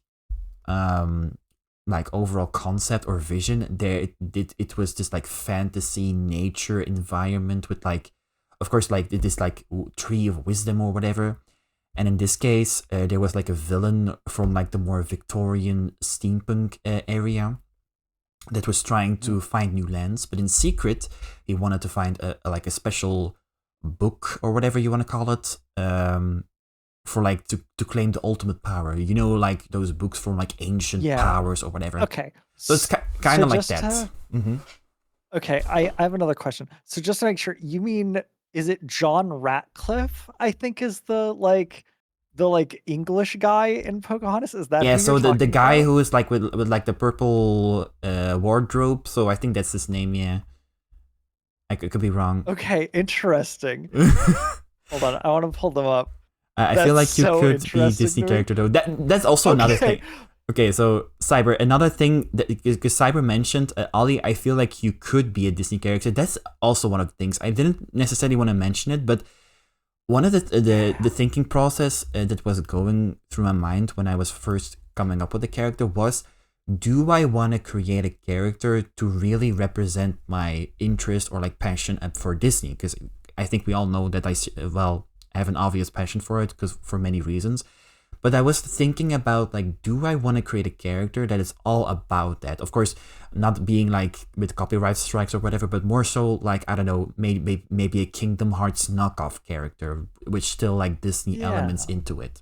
That could still be a thing, of course, in the future. But I was like, you know what? There are still so many things more about me than just my interest in Disney, where I'm like, let's do something more general when it comes to like the character. And then maybe in like So I have a question. You mentioned like the inspiration from like Disney and that sort of thing. And I know that like when you were working on your, I think it was either your screen transition or it was like the beginning part of your like carriage scene in your lore video. You have like a scene swipe or like an entrance. And I remember with the curtains, thinking, I was like, that's like super Disney. I'm like, that's great. That feels like the Owl House or like Gravity Falls or like that sort of like a vibe or intro. Was that ever like part of that inspiration? Actually, well, I'm glad that reminds you of it, but I guess in a way, even though I don't have like obvious like Disney reference, I guess these are like the little elements that could give you Disney vibes, yeah.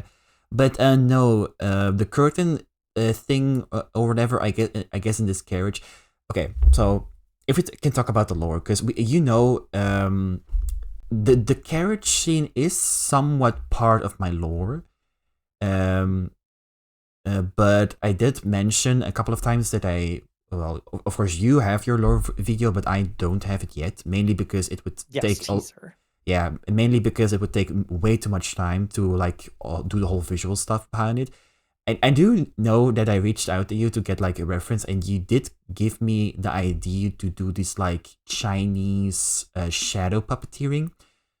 I'm definitely wanna I definitely want to work around that in the future, but I think for now I don't really need the lore or like a lore video. Currently, it's just like a sheet with like the story written down, basically. Yeah. But if I can like talk about it a bit, so Ollie's background, he basically comes from a family who is known to be like really well performers on like stage in like the Victorian aesthetic. And of course, when I say like magical performance, then people are like, oh, they're a magician or whatever. Like, I guess in a way, sure, but I mostly see it as, the from the movie Fantasia with like Mickey and the sorcerer head, like all those like I guess magical stuff with like the elements or whatever, like kind of like that more so in that sort of way. But basically, Ollie grew up in that family. He joined the whole like performance thing, and then there was a phase in his life that he heard from like I guess experts in this case that he has a form of autism. Now, in his case, he didn't care a single dime about it because all he could think about is just like the endless possibilities, and he always saw it like the world is such a bright place to be. Well, I guess the whole Disney vibes. And he didn't really care, even though there were a lot of struggles in his reality that he has to face and like conquer and all that stuff. But then later on, he I think like in I guess mid-20s or like between 20 or 30 years, he felt a lot more lonelier than usual. And then he came upon this other performer, which is like this radiant, like female character.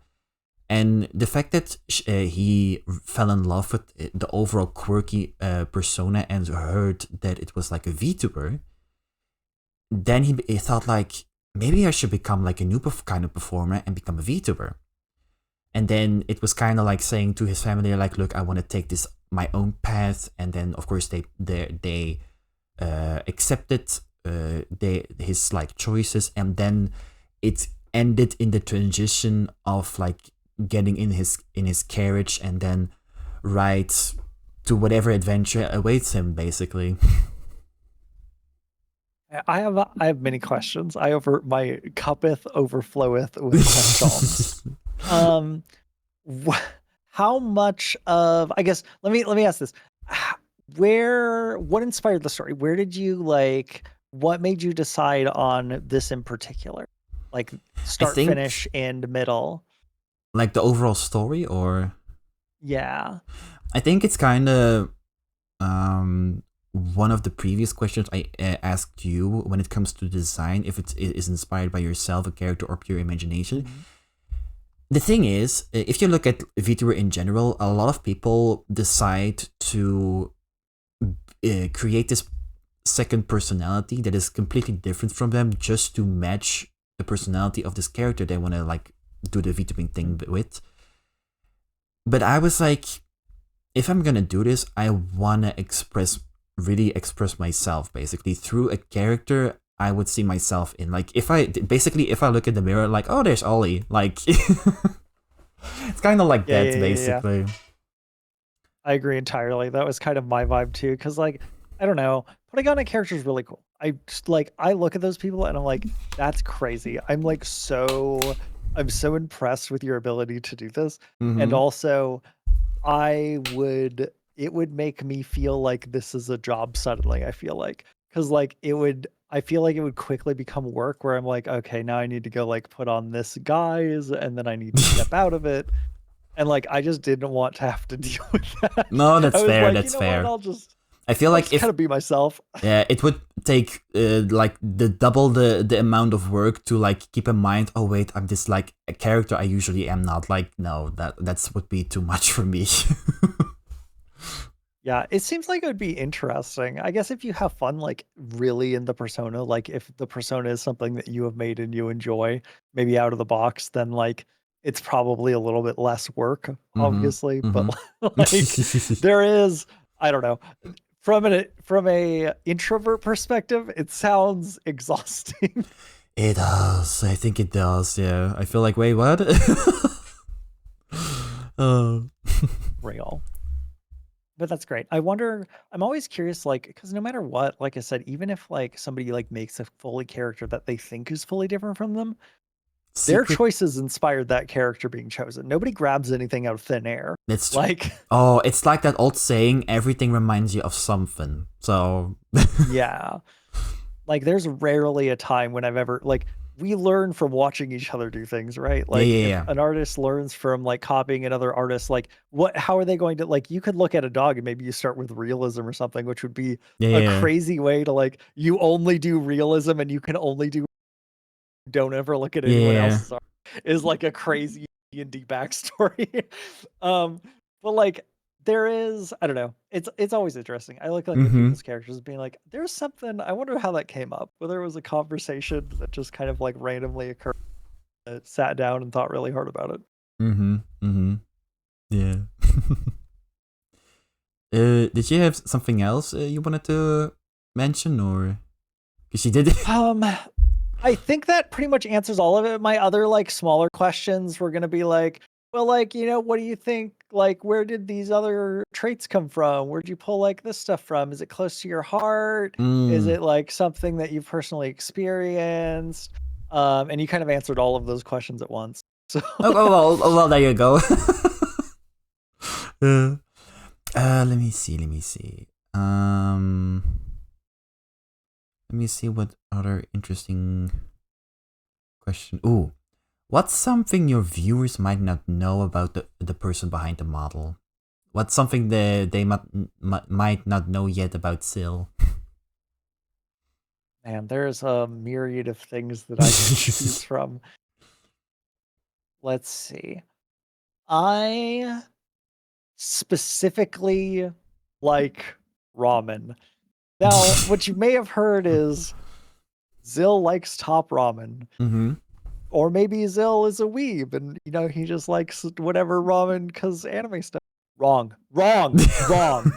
I have spent the days required to make tonkatsu broth from scratch, buying the individual pig part, the chicken carcasses, all of the, also sorry any vegetarians out there, I apologize for this graphic rendition, but making tonkatsu ramen comes at the blood price of many animals, and it is the most delicious broth you'll ever have if you ever decide to spend the literal, I had to wake up at 5 a.m. and the ramen wasn't done until 9 p.m. preparation for ramen, but it is the most delicious you'll ever have. If you have ramen in Japan, you will be ruined for ramen everywhere else. The stories are true, and I'm here to spread the tale. If you have ramen in Japan, it will change your DNA.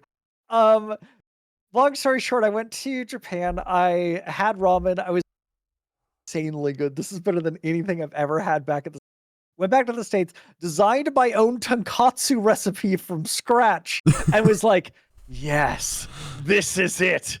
This is as close as I'm going to get to real stuff. And then I like freeze it for like months and I slowly chip away at it. Oh my god. Sorry for the rant, but that reminded me. No, that's fine. Also, quick in between, Reaper, your question earlier about coding, let me go up here again. So, Reaper asked before we got rated, in your opinion, Sil, what is the best coding language for beginners? Because I've had peeps recommending C#. At the beginning, I wanted to make a game. If I can speak from my own experience, because I have like a little background as a game developer as well. I as well used C#, but I guess maybe from your perspective, still, like, would you also say that C# would be a good way to start? Yeah, I have a very strong opinion about this, like I do with most things. Okay. So for coding, yes, if you want to code a game, do C#. It kind of makes the most sense. Python, I am a Python fanboy, and I will say, just do Python forever because you can do everything in Python. It's one of those things where it's like you might see a meme like where it's like a Linux computer or a Windows computer, and it's like the Linux guy sounds insane, and it's like there's like a lot of memes about it. Like if you are in the tech space, there's like a lot of really hardcore memes about the different operating systems and like the different coding languages. And they all have their own little types of personality. But my suggestion, honestly, 100%, just pick something and do it. Just pick something and do it. It's a coding language. If Just you learn do how it. to do a function here, you can Google search how to do a function in the other language. It's unimportant. Don't get analysis paralysis like I did every single time I went to go learn code, and just jump in. Just do it. Don't worry about the language. It doesn't matter. You'll be bilingual anyways by necessity at some point. Just grab one. Yeah, exactly.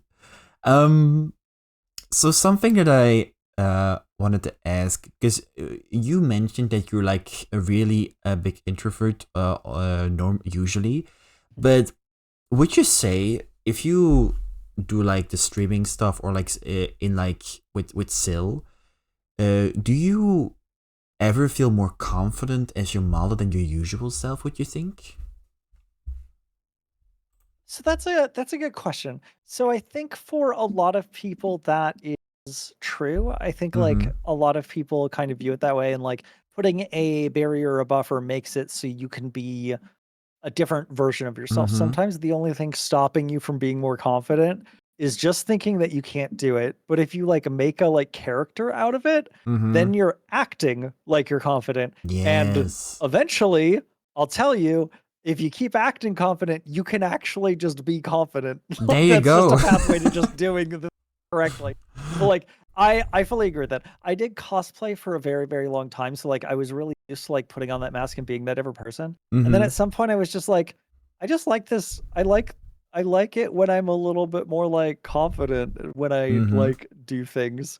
And like other people have been like, and this is something they teach you in singing too, is like, I'm not even kidding. This is going to sound so crazy to someone who's not in singing. It's going to sound like a bunch of wish-wash and like nothing. It sounds soft. It sounds like there's nothing here. But like in singing, you have to be confident.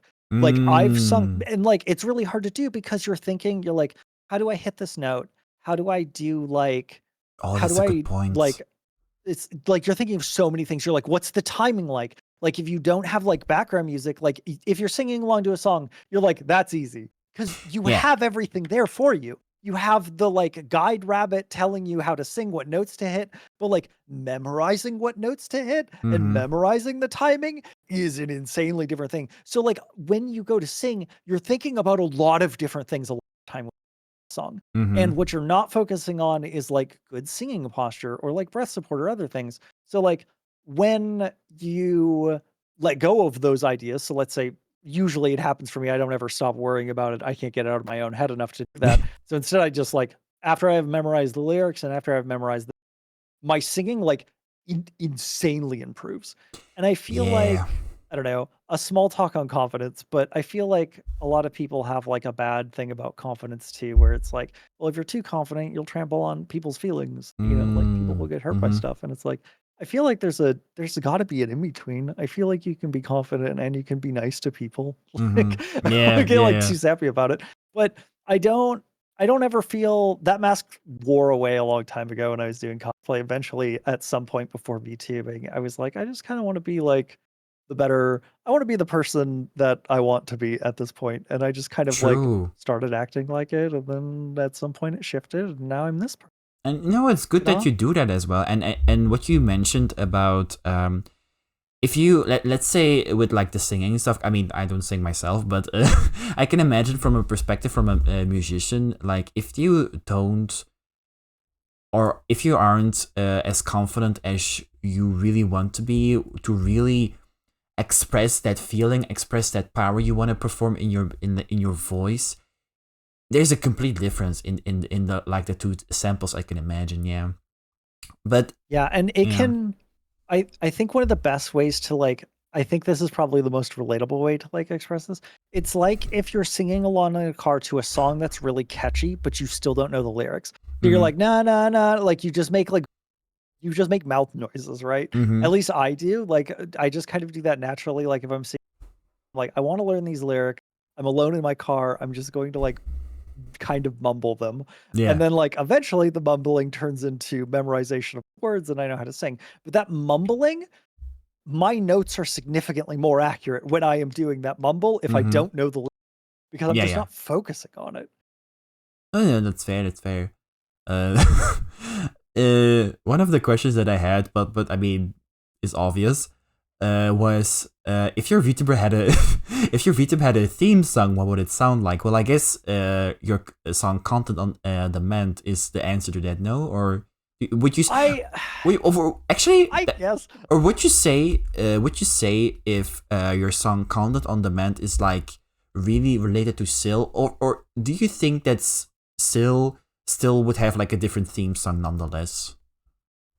I think Zill would have a little bit of a different theme song. So Zill's backstory involves him essentially, and I didn't mention this, but it's exactly the same thing that you mentioned, Ollie. Now that I'm reminded, is my lore video is Zill in a very poor village, Zill working very hard, Mm-hmm. Zill achieving his dreams destroying things that he loved, Zill leaving, Mm, and then Zill starting a new path, yes, kind which of. is Yeah. very mirrored in my very complicated and backstory. Yes. Yes. That's under. So Yeah. yeah, I feel like part of my theme song would be content on demand.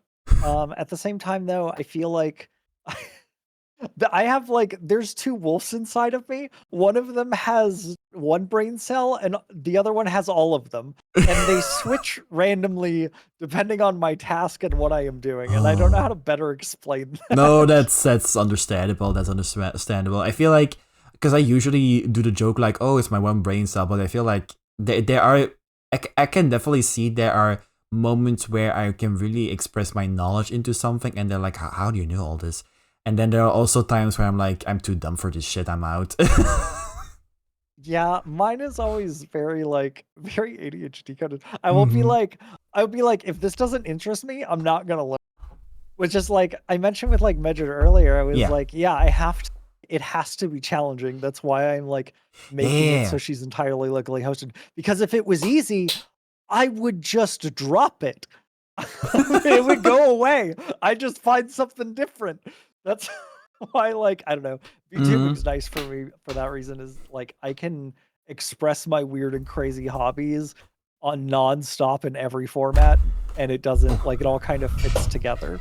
Like Mhm. singing and programming Mhm. and like telling jokes online. Like those the Venn diagram where those three things overlap is almost only centered on VTubing. Yeah. Let me see. Someone submitted a question because I don't I remember if we did mention something about cosplaying, but Sil, do you still cosplay, or what is or what's your favorite thing Ew. about cosplay actually? So I have a lot of weird things in the background, like the ramen, where like I put so much effort and time into something that I found interesting. Cosplay has been one of those things. Mm-hmm. Um, my cosplay account is larger than my VTuber account. Um, and I don't. The nary shall the two meet. No one knows the two are related outside.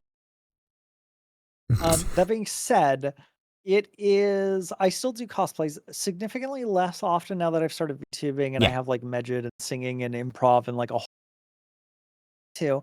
But the last cosplay that I made was like a fully like one-to-one detailed replica of Blythe from Elden Ring. Uh-huh. So like I do armor cosplays. So it's like a full breastplate, it's full leg plates, it's full like boots, it's a like fur cape. It has like an actual like I don't know what to I don't know how to better describe it Mm-hmm. than a furry mask. Okay. I'm not I just want to say I'm not in that community. There's nothing wrong if you're in that community. I'm not a part of it. Yeah. That being said, I did reach out to you. I have a really good friend who did like a bunch of like horror movie like physical visual effects. Uh-huh. So they did like werewolves from movies and Yeah. like that's what they made is those costumes. And I reached out to them and I was like, "Hey, I have a weird request. Can you make me a Blythe mask? And they're like, what's a Blythe? And then I sent them the whole thing. Also, Blythe, I don't know. That is a traditionally, what is it? Welsh word, I believe. So Blythe is Blaidd. You'd think it might be Blythe. It's pronounced Blythe, and it means wolf. I am taking this from a Welsh person that I know in real life. I don't know how accurate that is. Is entirely dependent on their. No. But it should be pretty accurate. So I did like this full Blythe cosplay. I had like a giant 6-foot tall like greatsword that I made from scratch.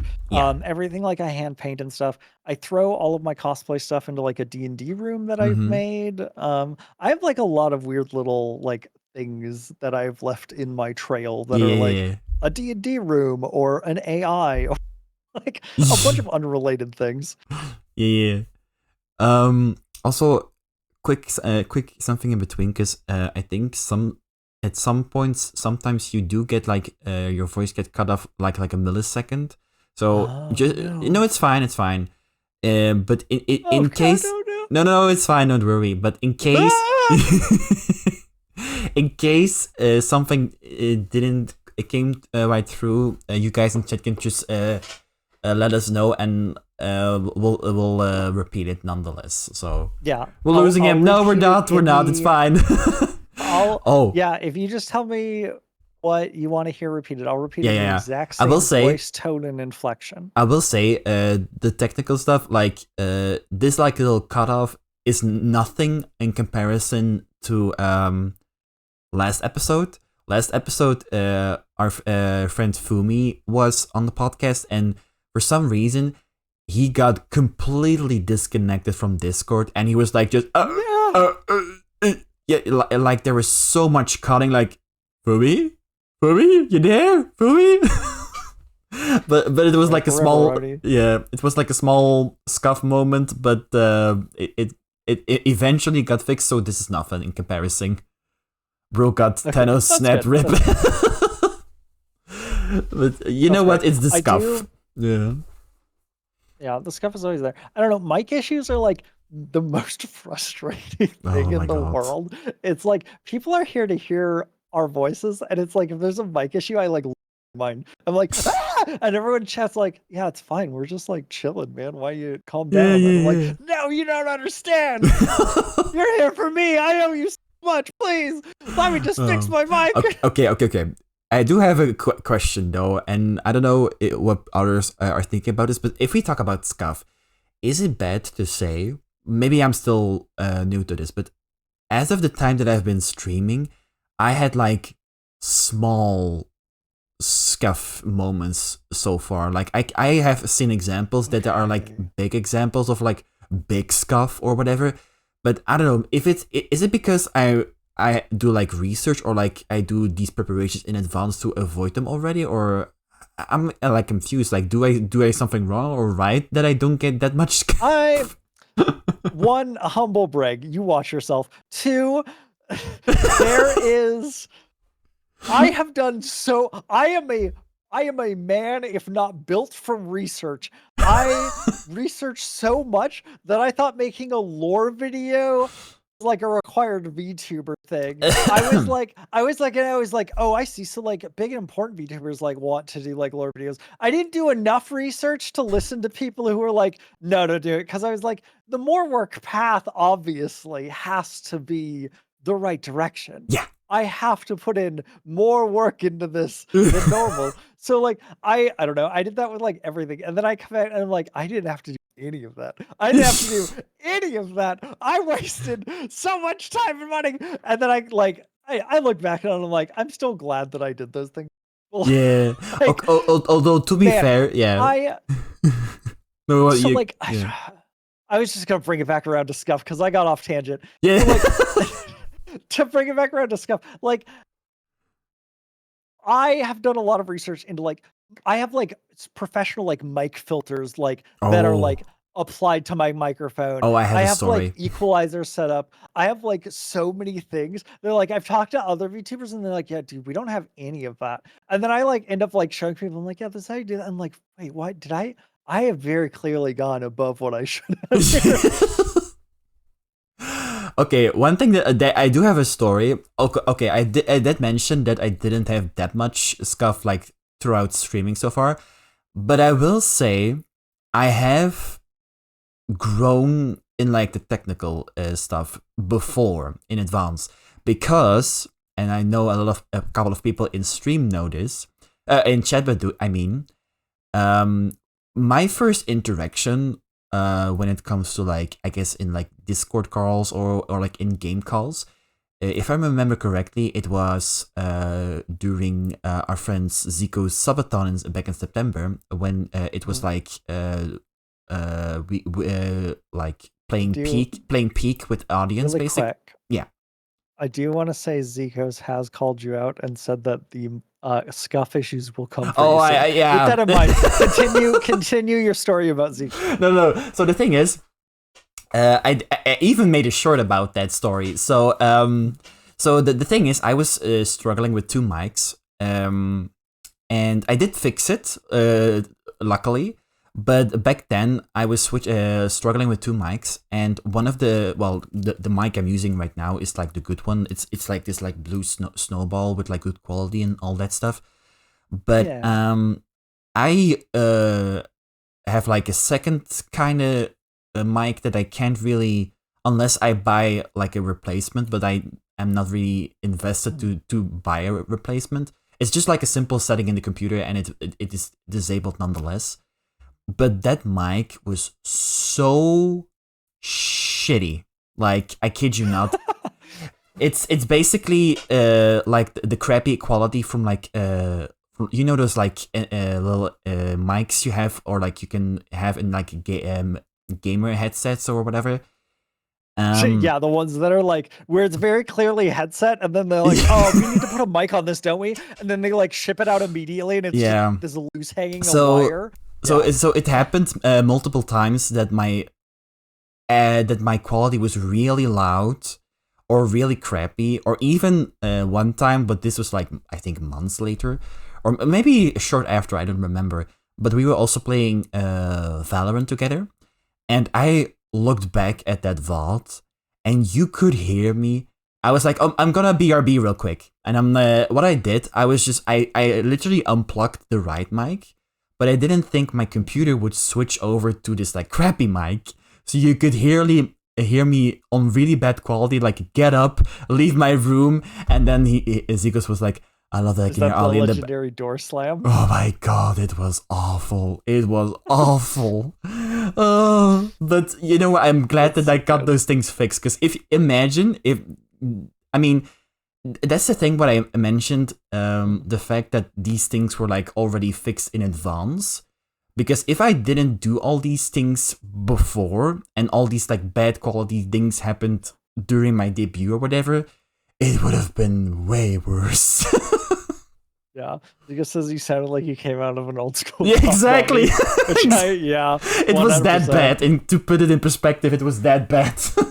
So you have had scuff. So I'm not talking about like, so there's two types of scuff. I am a technical professional. I have built my entire life on being technical and solving problems. This is not a joke. So there is two types of issues. There is the issues to which can be fixed through research and figuring things out, and there are some issues which are a mystery to the world. You may think, yes, everything is structural, everything is made by a person, and therefore there has to be a reason why these things break. Maybe, but I will have you know, statistically, a coder writes 1,000 lines of good code a year, and they write much more than that in a year. So there's problems that no one could have ever anticipated. It is a wild beast out there. Like, I had, no joke, my mic volume kept sliding down, just the volume. So like just the mic like input volume would slide down on all of my inputs. Yeah. At different intervals. Like it would be like 58% one, 78% on the other, 32% on the other. Mm-hmm. I don't have anything that fine controls any of my audio whatsoever. Nothing fine controls any of like the channels or anything else. Cause my first thought was like, oh, maybe I set up like knobs to change the input volume on each one of these inputs, Yeah. and then I accidentally those. No. And then I was like, okay, let's go a little bit deeper. And I'm Mm-hmm. like, let me just go check like the event logs of Windows and see like, nope, nothing there. Nothing that would say like this device has gained or this software has gained control over mics. Nothing. And then like my job was digital forensics. My entire existence was trying to find the most information from the least information. Yeah. And there's times when I'm like, no, the scuff is just happening. There's nothing I can do about it. And I don't know if that makes anyone feel better or worse. Better in the fact that you're not alone and you're not an idiot. Worse That's in true. the fact that That's true. you might not be able to fix the problem you're experiencing.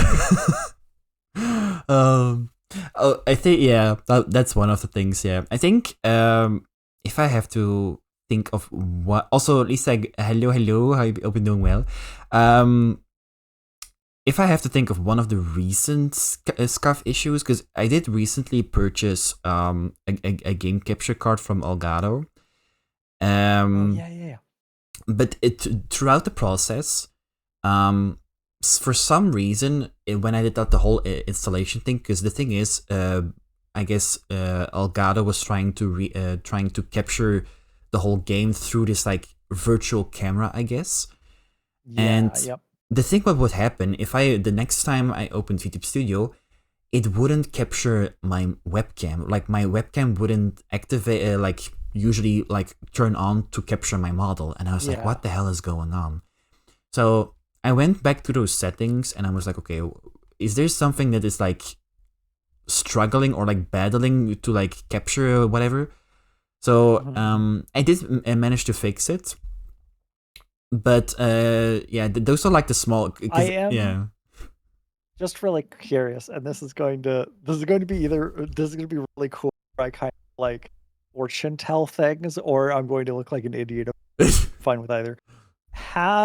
Did you have to go in and change the like display type settings in the BIOS in order to get the capture card to function? As in. So in order to like fix the issue that you were running into with your capture card, how did you end up fixing it? Okay, so if I remember correctly, I went through like the general settings of like my PC, and I think it was like through like the general like camera menu, and then if you saw the Elgato option, you had the option to either say like focus on this device only or allow it to focus on multiple devices. And in this case, I had to allow it to focus on multiple devices, meaning I give permission to capture both my VTuber, like with the webcam thing with VTuber Studio, but also capture what is going on in like the whole game capture card with Elgato, if that makes sense. Yeah, that makes sense. I had to do, and the reason why that makes sense, I'm not just saying that, I promise that there's going to be. So the way that I feed vision into Medjed games is through a capture card. And originally I was like, well, what's like the most tried and true capture card out there? And everyone's like, the Elgato capture card works great. Yeah. I didn't realize that my use case was kind of, I kind of like treat it kind of like a streaming PC. So you know how like people have like a streaming PC where they like put their game and then they stream it to their other computer? Yeah. Like that's kind of what I do with Medjed setup.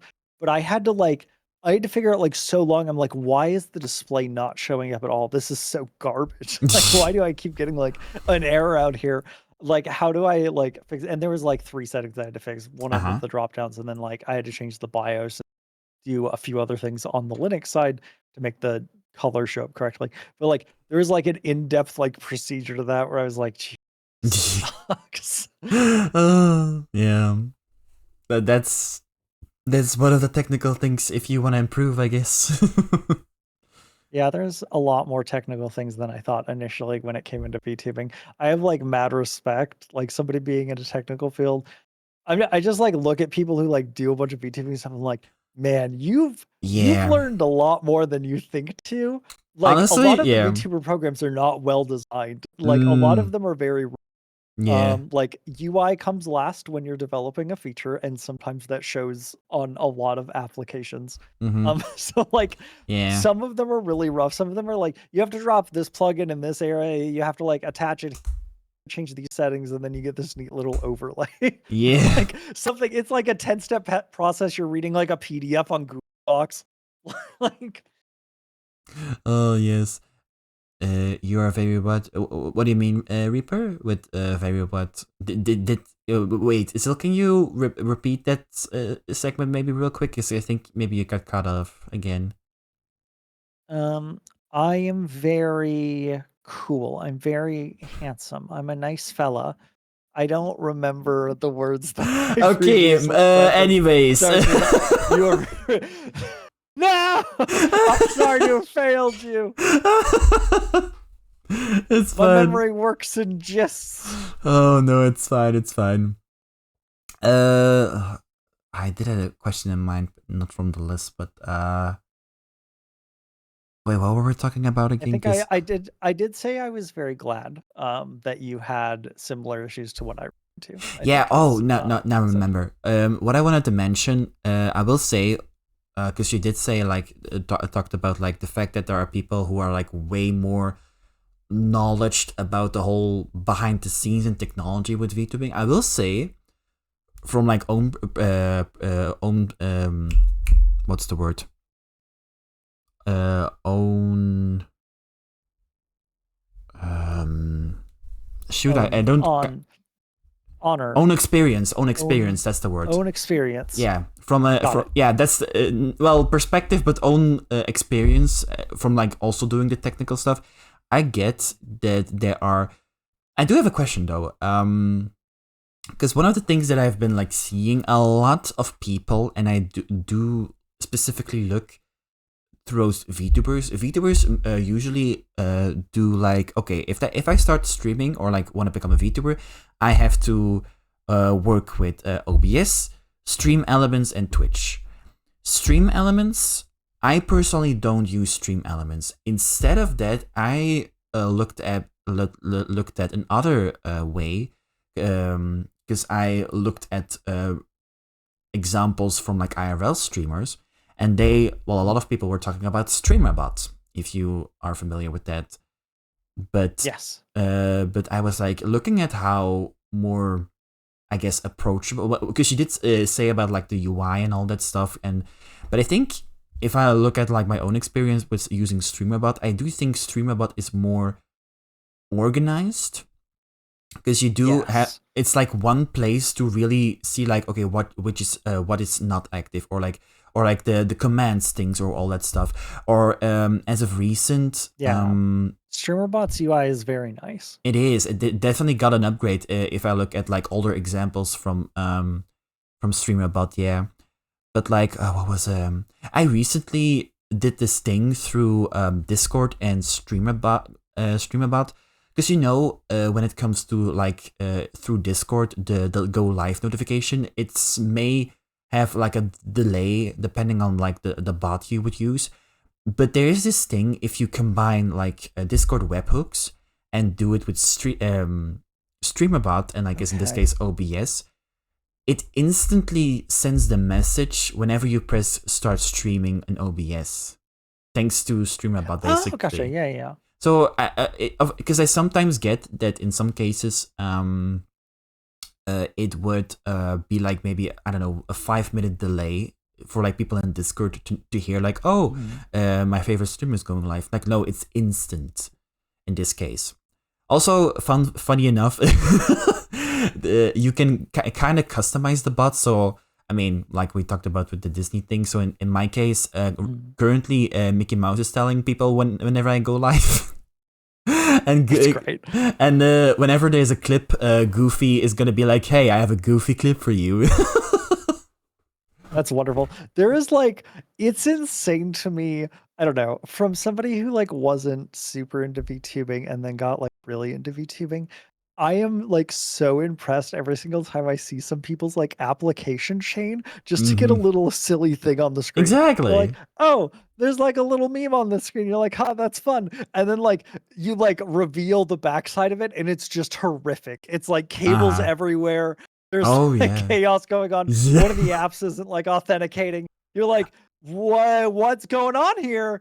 Funny you say that, because if well, people are gonna use it nonetheless. But I do have a couple of redeems that trigger on-screen like green screen memes, basically, that have been done before. But yeah, but the funny things in between to keep it like interesting nonetheless.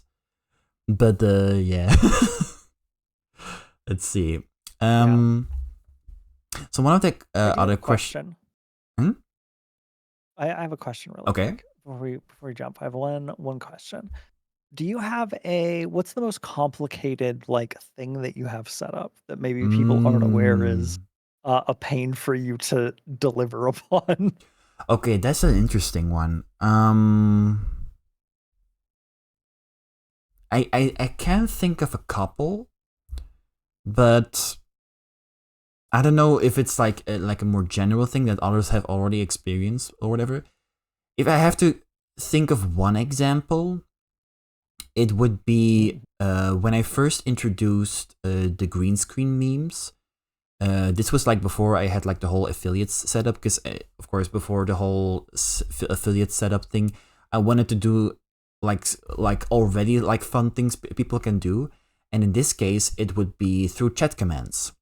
So what I had to do was both do stuff in OBS, in StreamerBot, but also like I guess with the placement in like in your PC where all these green screen memes are sorted. So what I had to do was all the green screen memes, I had to import them in a separate scene in OBS. And then with the whole, chroma key to remove the green screen and all that stuff. Yeah.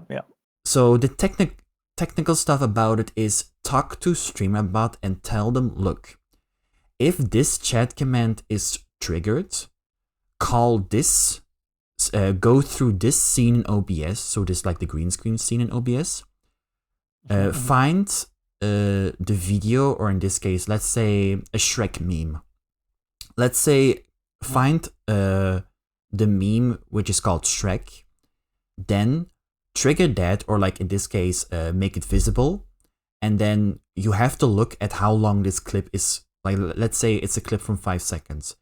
Tell StreamerBot to keep this video active for 5 seconds, and after those 5 seconds, hide it again. It's a lot of technical stuff just to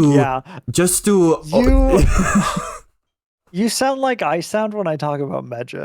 Exactly. It's there is so much technical garbage that you have to sift just through to as a VTuber to do certain things. just to give it a perspective, like there is so much more you need to do for like a 5-second clip on stream, because you have so many things that to talk to one another just to make it possible, basically. Yeah, there is like, I don't know. It's now that I like, how do I describe this? I'm at a loss for words. So initially, when I started like looking at VTubers, like I looked at popular, right? And I saw them doing all of this crazy cool stuff, and I'm like, that's so neat. I can't wait to do that. And then I started VTubing, and I was like, oh no, it took them how long to do that? How many applications? How many accounts do I have to sign up for? No, I can't do it. It's like, it feels like it's one of those things, and then it's like, oh, they did it like over the course of like 5 years, and when they had a funny idea, they sat down for like a month and made it happen. Exactly. And now this is the culmination of all of those things. Yeah. It's still kind of bad. I don't like dealing with it, but it's like I feel less bad about myself for it. So.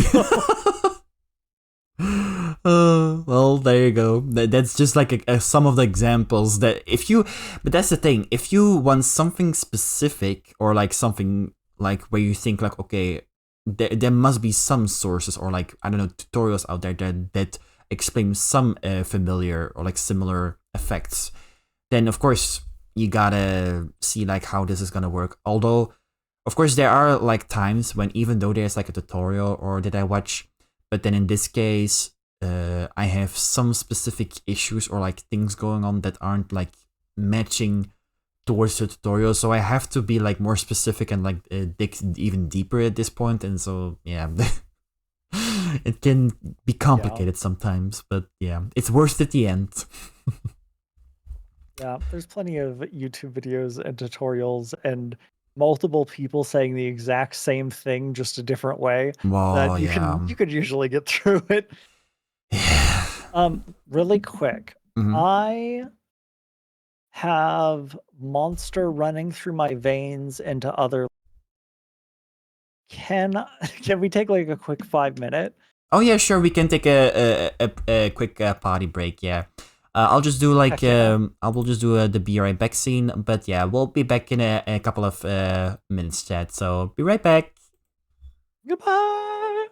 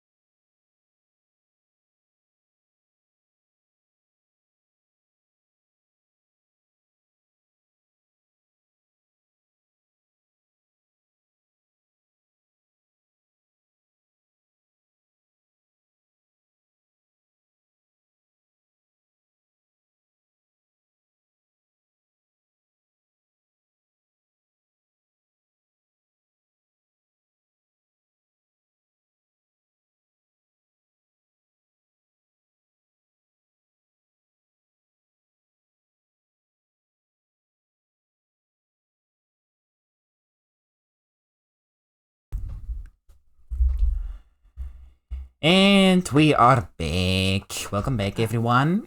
Let me see. Look, we're back. Yes, We're free. we are. We're unburdened. We're better. Okay. I kind of forgot what we were talking about before our potty break, but it's fine. I think we're talking about we're on like a very in-depth technical rant. Yeah. Yeah. Okay. I will say I do would love to talk more about the technical stuff, but I think it would be just to change gear a bit. I think we'll switch over a bit to more like, I guess, like mindset and growth as perspective. And I think one thing that I do want to start off already is looking at the you've been like streaming for like you said, like a year, 3 months or so right now. What's a hard lesson you thought about or taught? Hold on. What's the hard lesson VTubing taught you? Would you say? Man, I think it's probably. Why am I frozen? Oh God, the technical. No, it's. No, you're back. You're back. I was paralyzed. I think besides the technical stuff, the hard lessons that I have learned, and I don't know of a better way to say this that hasn't already been said, Mm-hmm. and that is that, like, really, honestly, truly, if you want to do something, you have to do it. And I know it sounds dumb, but like the hardest part about doing a thing is like actually being like, okay, I'm gonna change what I'm doing right now, and I'm gonna stream twice a week, or I'm gonna learn how to code, and I'm gonna keep doing it until I got it, or I'm gonna start singing, and I'm not gonna quit even if I think I sound bad. Like you just have to power through that. Yeah. Otherwise, it's just, I don't know. It's rough to do anything from a creative perspective. Yeah, I think that was a rough one. Yeah, I think if there are people who are dealing with like procrastination to like difficulty keeping focused on their tasks, I do imagine that it can be difficult. Like if you have like big projects or like a project that you have in mind, if you want to keep working on that, it can be difficult. And then at this point, like, do I really want to spend time on it? And I'm like, I can wait or whatever. And then you keep delaying it, and at that point, yeah. Also, there's. I feel like it's a double-edged sword. It's like one or two, right? Like there's the more like anxiety one where it's like, hey, I don't know if I'll be good at this. I don't know if it'll be good. I'm not sure if I'm good enough. And then there's like the other side of it where it's like, you're like, there's no like real pressure right now. I could just save it and think of like, I'll just think of better story as things go along and etc. And there is a good balance in between those. I think either extreme will hinder you. Yeah, I will say one of two traits that I have that aren't healthy is the fact that I'm a workaholic and a perfectionist. So mood. It's not healthy, man. It's not healthy. But in a way, it's not. I know. We know it's not. Hey, spoilers, chat. We know it's not healthy. I'll tell you right now, doesn't it? That's like being like, that's like going to some depressing. You're like, try being happy. Oh man, it has the same life. Yeah, I feel. I know that recently, whenever even if it's like a day or like maybe 2 days of a break, in my mind, I'm like, I'm a failure. Just because I take a break. I know. It's like one of those things where it's like, I feel like if I get bored, my brain starts like thinking about projects. Yeah. Like, that's how like I kind of fixed it, because first I felt like immense guilt whenever I wasn't doing something. Like I got like a new job that like very allows a lot of free time to be spent in places, and I'm very grateful for that. Yeah. And because of that, like it drove me insane. I was freaking out for like 3 months. I was like, what do you mean I don't have to do any? What do you mean I don't have to constantly be working at full power? What are you talking about? And then like eventually, like after 6 or 7 months, I'm like, oh, I can just do a different project and hyper focus on that. Yeah. Which I don't know if that's better, but it is different. Oh yeah, that's true. But yeah.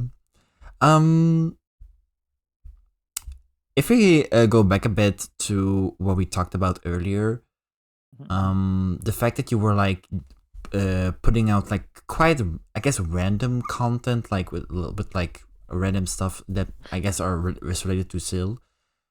When did you first feel like with like the thought like this is working?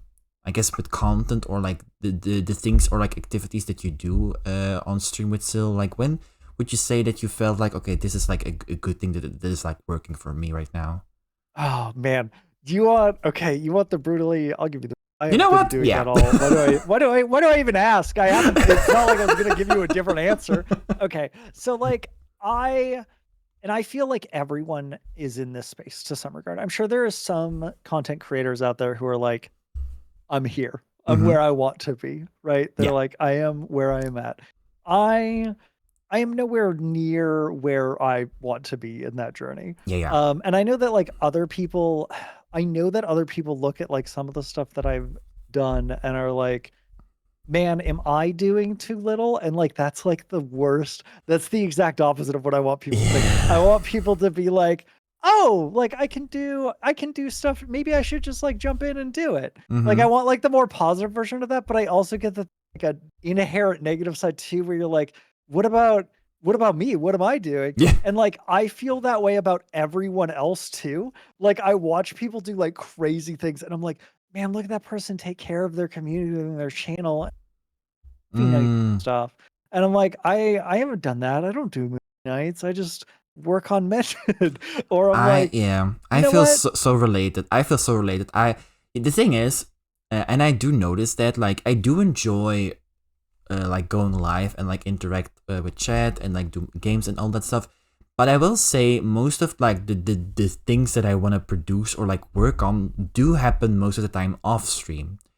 And I do see like fellow other VTubers that like are like way more approachable with their audience or like doing way more, are more exaggerated with like their audience, and I'm like, I wish I was like that. Like, but that's like, I guess, a good thought and a bad thought, because in a way it's a good thought because that's like a reason to like improve with that, like be more interacted with your audience, I guess.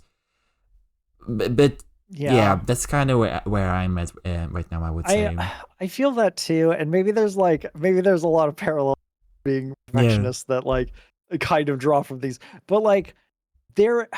I had a friend who was like the most perfectionist person that I know. Oh, yeah. And they eventually came to me one day and they were like, hey, I just wanted to tell you, and this is like out of the blue. This is like I hadn't talked to this person for months. I had forgotten they existed. They sent me a message out of the blue. They're like, hey, Zil, I just wanted you to know I was thinking about you.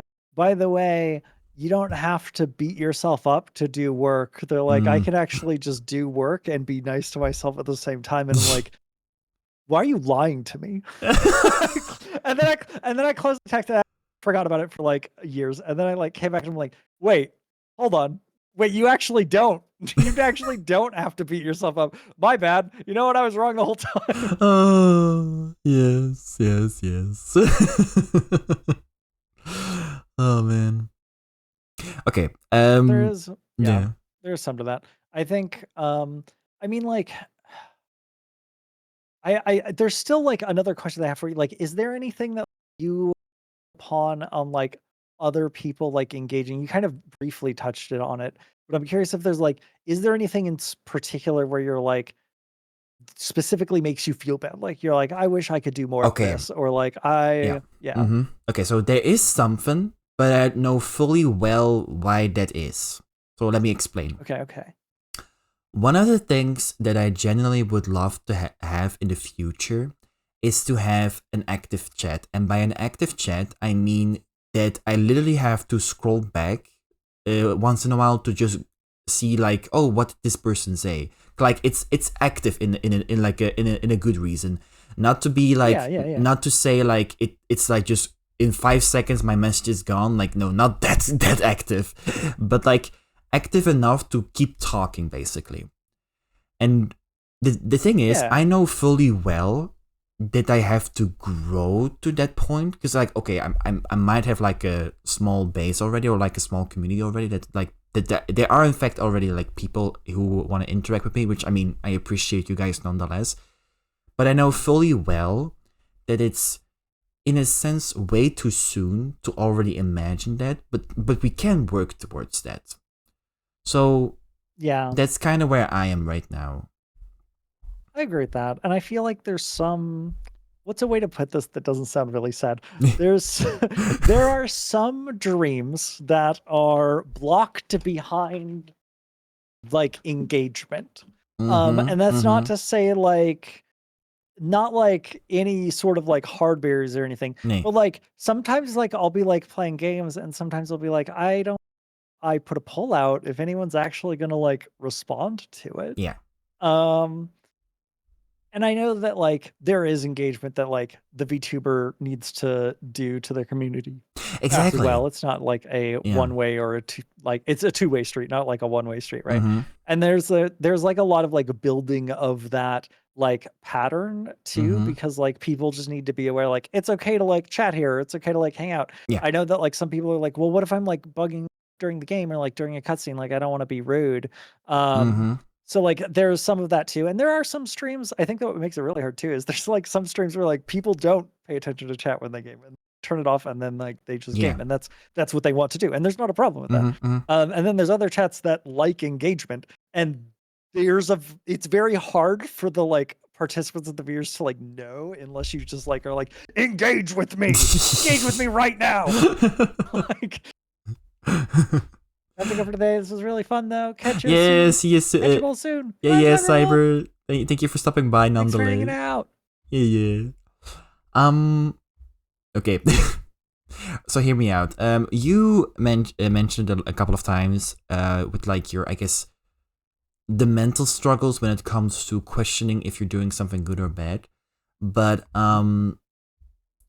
in that year that you've been streaming, I don't need a number or whatever, but like, has ever the thought came in your mind like, is it a good time to like, this is not gonna work, maybe I should quit? Like, have there been ever a thought about quitting, or actually what made you stay still? Like, is there still something that keeps you going? Yeah.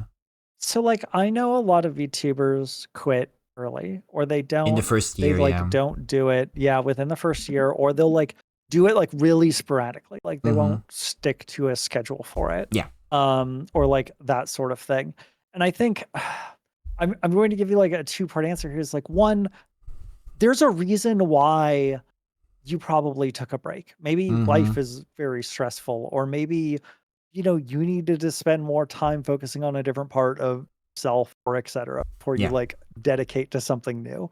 And like respect. I feel like that's good. You should probably take that. At the same time, if you are just doing it out of like fear or out of anxiety, or you're not sure if you're going to be good enough, those questions don't the answers don't matter to those questions. I mean, at the end of the day, like, yes, being popular is fun, and I'm sure it drives certain kinds of engagement, and maybe that's closer to the VTuber that like you may want to be. But there's also just like something nice about just putting yourself out there and like kind of being like either who you are or who you want to be, or like something. Yeah. I don't know. VTubing is very difficult. Yeah. And I think the difficulty, like if everyone could be very popular quick, it wouldn't mean anything, right? So yeah. there is some I of think, that like quid pro quo. yeah, and that's fair, that's fair. I think a relatable story I've heard, the well-known Markiplier, I think he has mentioned it somewhere that it's good. It's I mean it's great that he is like successful, that he is known for today, but there is something about being a small streamer that you're not having like this like, I guess, target or like this big responsibility you have to take care of. Like if you're a small streamer, you can do kind of whatsoever, but if you are like successful or like well known in a specific niche, you kind of have to keep in that niche because that's where your audience is coming back for.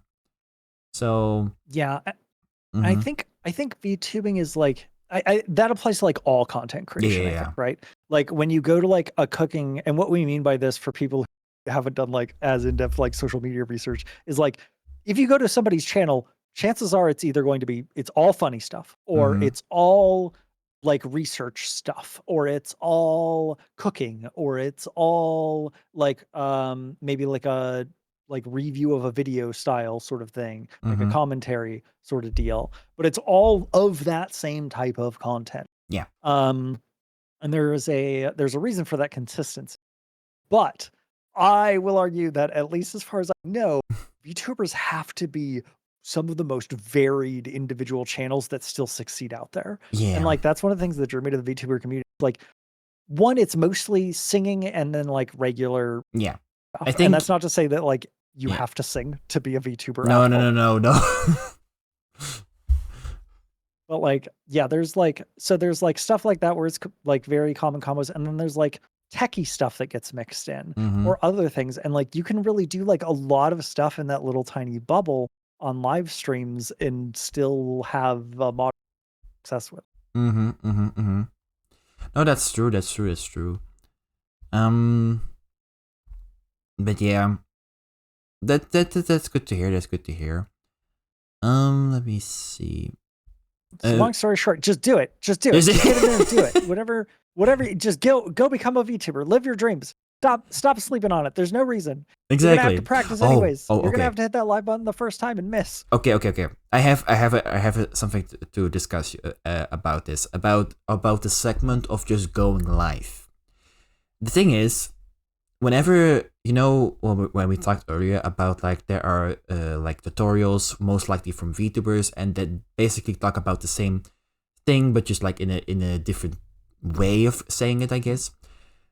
One of the most common advices, of course, is just saying, I guess in a way to motivate you, is say like, just press live. And in a way I say yes, but don't expect success in the I guess first days, weeks, or even first months, especially if you're going in unprepared. Because if you're having the mindset like, oh, let me just be like, if I just go live and expect to be recognized like I'm someone from Hololive or whatever, I hate to break it to you, buddy, but no one except for maybe some like bots maybe that like watch your stream, no one is going to know about there. No one is going to know about you just because you didn't prepare, or like make some preparations to be like, hey, I'm like a VTuber who's starting out. Like, if you're interested about me, go watch me on Twitch or whatever. Or I guess like we say with the thing with content creators, create content. It's like, get out there and create the things you want to create.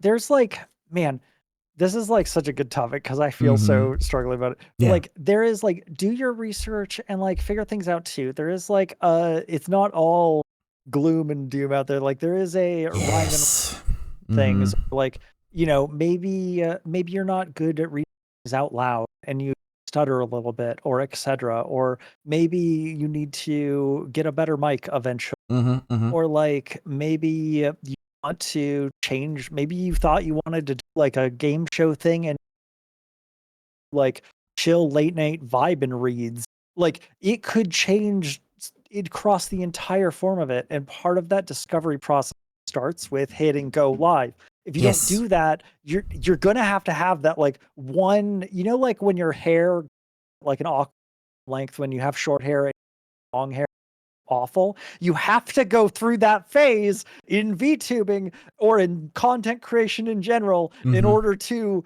do anything. So just get that out of the way. Just hit live and get that weird awkward haircut out of the way. I think because that's also one of the things before I even well, it's kind of in the same flow of like doing the whole preparations for my own VTuber journey.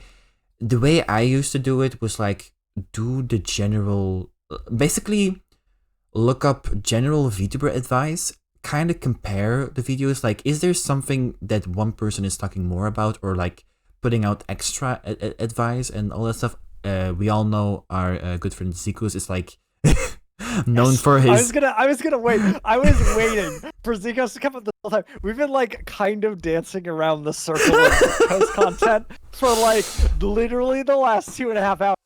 Man, if only there was like a really cool friend who.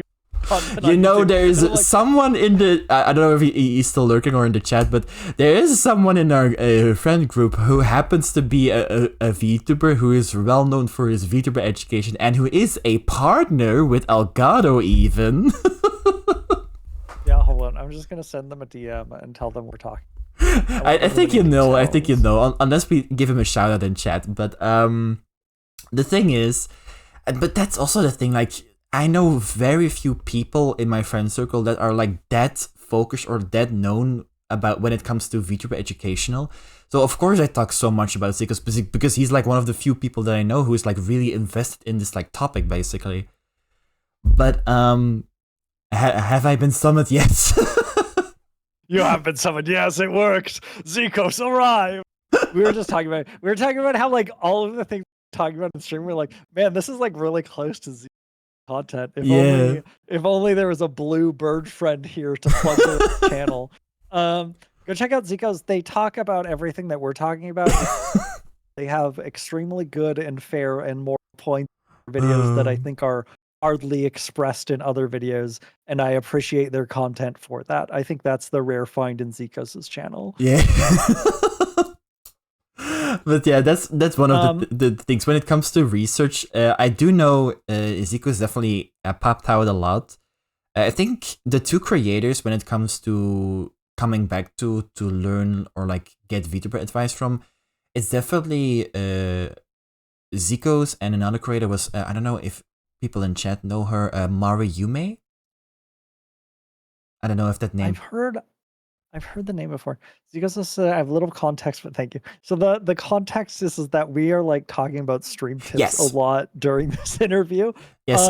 Yeah. And we're like, man, if only we had a good blue friend who knew like, you know, some good stream tips and had a channel dedicated to it. Yeah.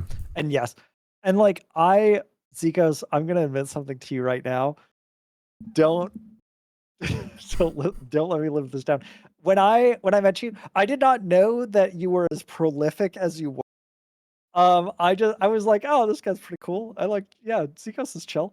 And then like I like started looking for it and I'm like, oh, Zikos is like famous. And then I have like people in my DMs who are like, you know Zikos? Yeah. And I'm like, yeah, like he's a very easy guy. You just kind of talk to him. Not to say like flood his DMs or anything, but like Zikos be chill. Like, oh my god. Okay, can I confess something? Yeah, go for it. That's what we're here for. This is can I confess something? And this is all for like a good, you know, when we talked about like the anxiety of like, am I annoying? Like, is this like a good move, or to just say like, hey, what's up? I had that so many times in the beginning with reaching out to Zikos. There is like a certain like parasocial behavior to it. Like I would say like if you are doing it, do it with good intent. That is my honest take on it. If you are to reach out with someone, do it with good intent. If you're doing it for like chasing clout, or you're doing it because like you really want to game with them because you really like them, or like something very selfish or etc., like you probably don't. Like back up and be like, you know, maybe a little bit. But if you're just like really excited about something, or you're like, hey, I made this. Yes. That's like just so, I don't know. It's so nice and it's so hard. We're not to say that you fan art to sneak into somebody's DMs, but like I said, there's people can tell. Like if you go in and you're like, I want to make friends with Zikos so I can climb the social ladder. Like Zikos is gonna know. Like it's not subtle. Like people are like, yeah, they'll never know. And you're like, bro, you are asking me to hang out every single day. Please stop.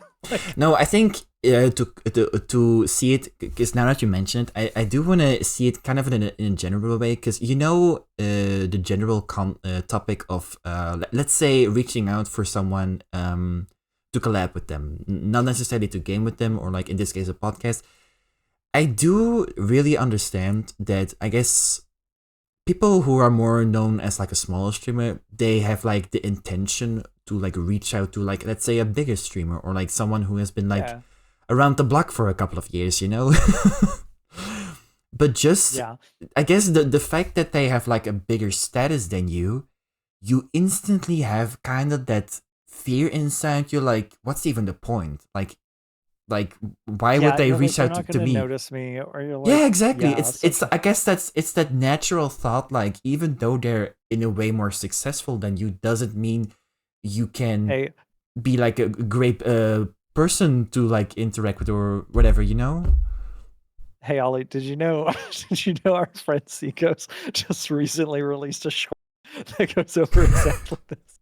Yeah, that's also one of the things, because he did a pretty, honestly, a really cute concept with another VTuber known by Flux.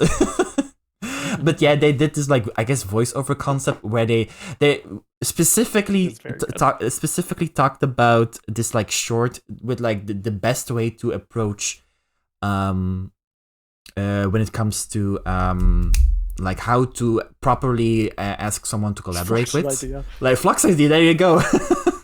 Actually, can I thought I did see that she was live. Do you think I can give her a shout out right now? No one can stop you. Let me see. Flux. What was her? Hold on. Can you remind me again? Wait, I cannot. Do not look for me for hope. No. I know that. I do. Yeah, she's live right now. Wait, let me see. Oh, there you go. Can I? Does that work? I don't know. Fuck. The last name is like so okay, and this is something that I always feel like a little bit bad about. Is like I will always be like, oh yeah, let me shout out this person that I've just been glazing for the last 5 minutes, and then I'm like, what's their URL again? Like because people's URLs are like not their names. It's always like, is it an underscore? Is it a dash? Do they start with the abbreviation? Do they have VT at the end? I don't remember. There you go. But yeah, I will say when it comes to the like, I guess the proper way to reach out to someone to generally collaborate with, I'm glad to hear that there are names are so hard to remember. Yeah. But I do remember Fumi last week. He did mention, because he's also one of those examples where I feel like he has like I guess a bigger status than me. But he did mention me, like, the way that I approach people, where it was like, I mentioned, like, here's the ID in general. If you're interested, let me know. If you're not, okay, that's fine. Maybe in the future. But, like, if they're interested, okay, then, like, pick a date or whatever. Like, of course, respect their schedule and all that stuff. Like, do keep in mind that that person that you look forward to collaborate with, like, that could be happening like maybe a month or two later, just because it works with their schedule. But at least you have like a day to look forward to. And then of Ollie, course I have a confession. Okay. I will let you go ahead and finish. Go ahead and finish your story. And I will. Okay. But so basically that the way that I, or like the way that you prepare in general, that you just need to explain, and it's not like, because I think a bad example would be like, just be like, hey, do you want to collaborate? Because I think it would be a cool activity. Like, no, they would say no. Most likely say no. If you're not properly have that planned out, and like, I guess have like a concept in mind that would be fun for both of you, then yeah, it's might come out differently. But what were you gonna say, Sil?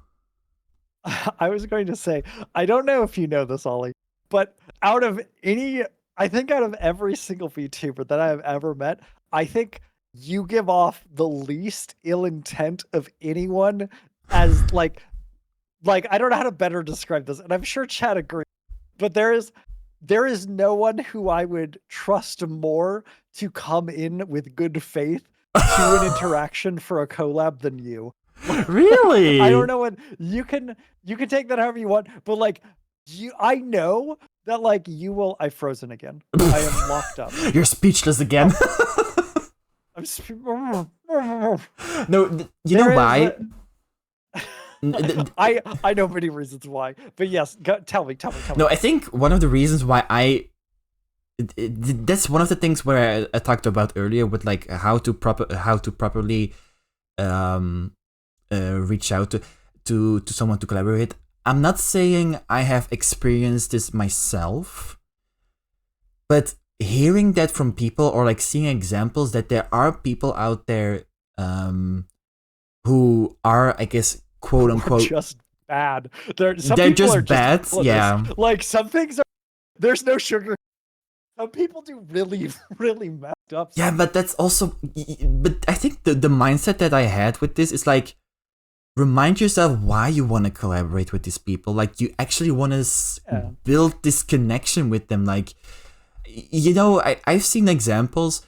Like, I think, okay, one example would be if you are familiar with the creator. I mean, she is like pretty well known, I guess, but Ariel. Mm-hmm. She's mostly known in like the friend circle of like Haruka and like Aramouse and all that stuff. But if you look back at how Ariel started out, I think she was like, she had some acquaintances, but she just kept like interacting and vibing with people, and before she knows it, she was interacting with all these well-known VTubers. And like, if you look at it, she's like really good friends with Imas, for example. Like, I think that's one of the things to keep in mind. Like, sure, they have like a title, but you're talking to a person. You wanna collaborate with them because you wanna interact with a person you like vibe with. Sure, they have like a VTuber model. Sure, they have like a status or like a fame or whatever. But you want to interact with the person. And I feel like a lot of people. Sorry, go ahead. I was just gonna say before I entirely forget, my ADHD thoughts have to come out. It's fine. So like, one of the things that I always think about is like, it's very easy to, maybe not like objectify is the right word, but like it's very easy to like deitize like people. You're like, they're so good at singing, or they're such a great actor, or they make really beautiful content and they're like really wonderful. You're like, how could they possibly be like me? And then you like lose your faith to like, you're like, I won't send them, like, who am I to them, right? Like, what am I gonna? And it's like, I feel like if you approach it from like maybe a little bit more like a friendly standpoint of like, hey, like, I know this is kind of awkward and like, I'm really sorry to like bring this up, and if it's totally cool, you can deny it. If so, I'll just we'll pretend this never happened and we'll never talk again.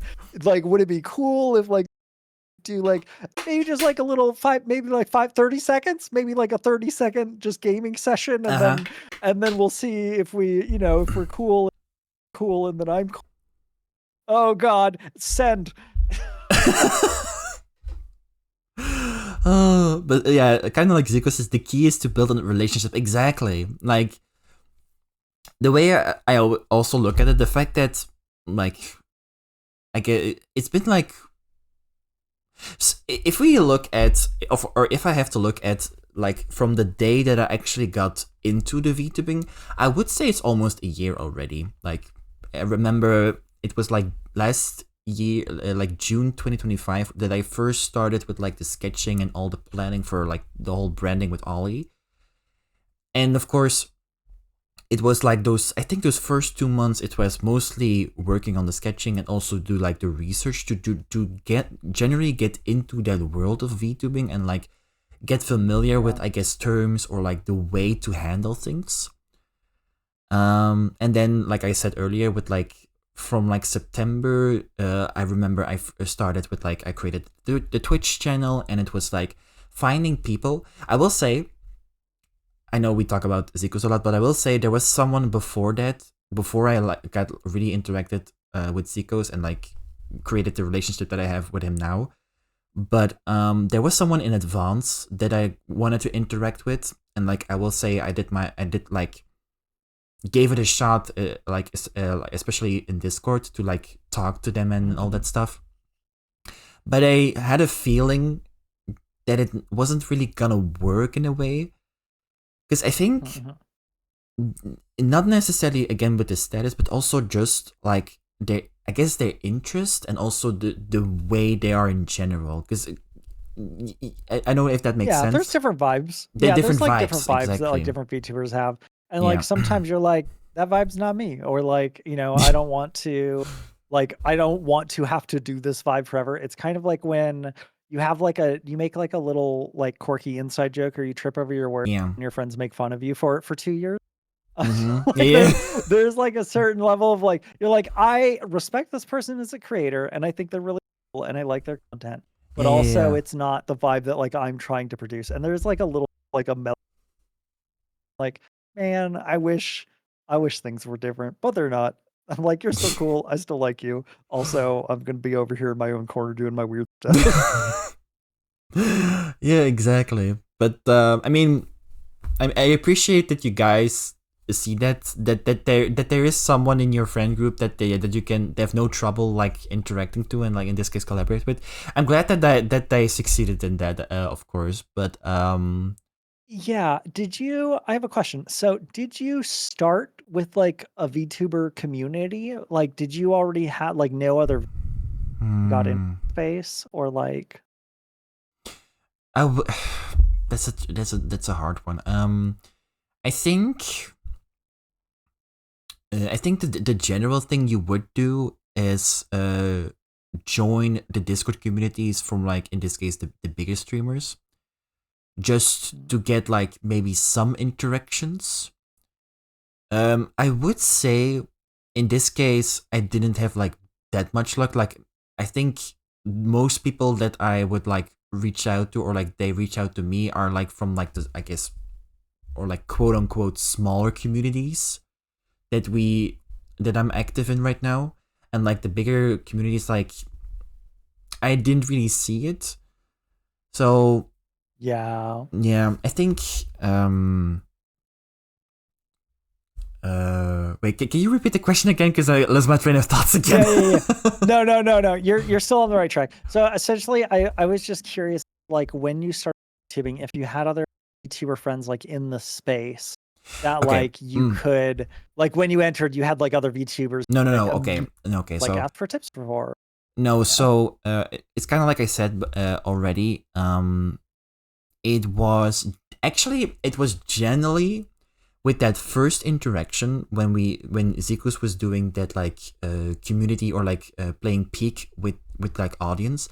It was at that moment that I both had like first interaction with Zikus, with Shana, with EP if I'm not mistaken, and someone else, I think mostly from Zikus community, Wolf, or like Purple Wolf or whatever. Purple Wolf, yeah. Purple Wolf, like Wolf God. I don't remember what his Twitch name is these days, but that's what I think they go by Wolf now. Wolf, yeah, just Wolf, just Wolf, yeah. But those were like the first people I'd say I got interacted with, and I guess it was mostly through those people.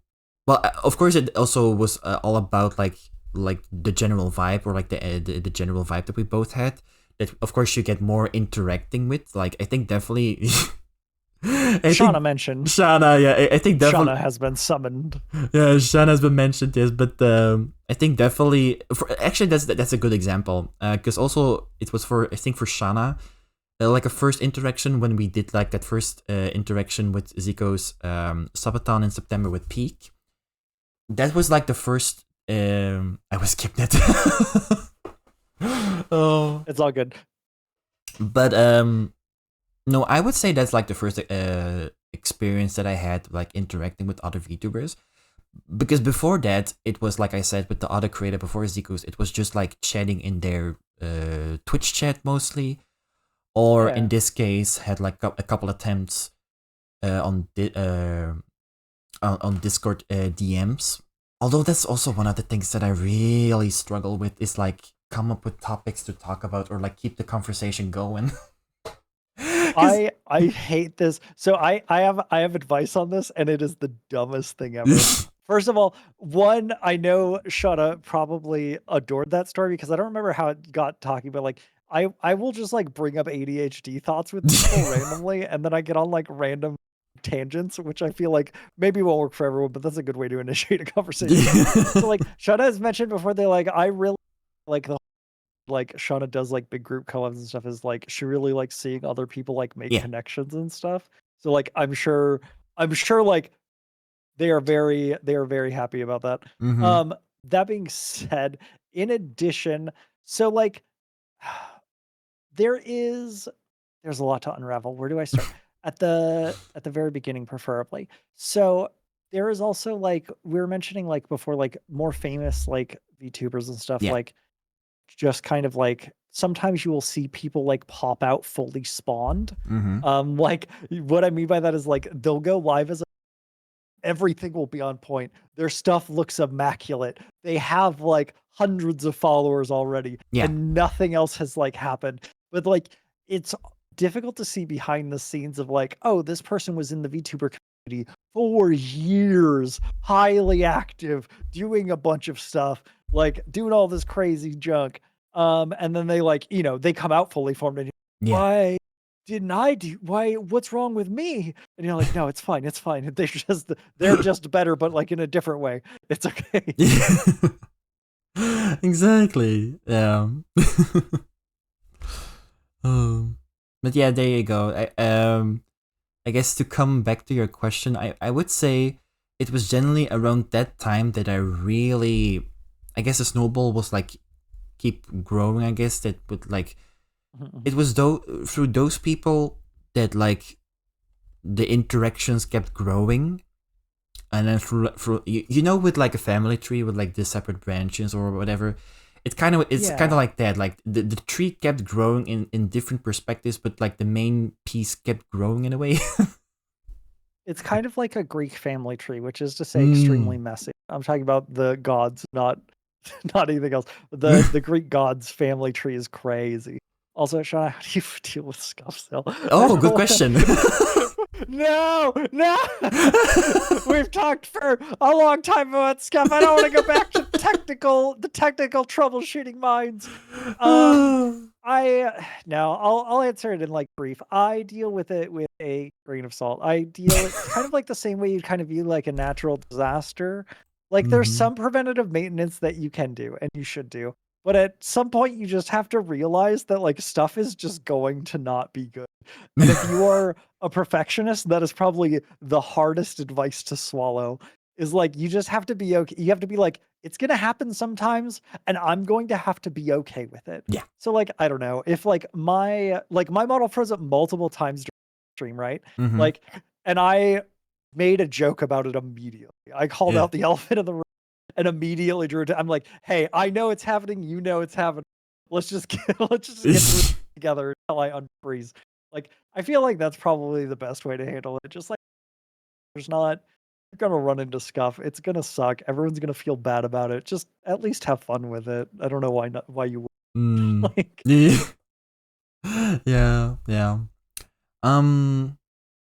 Let me see.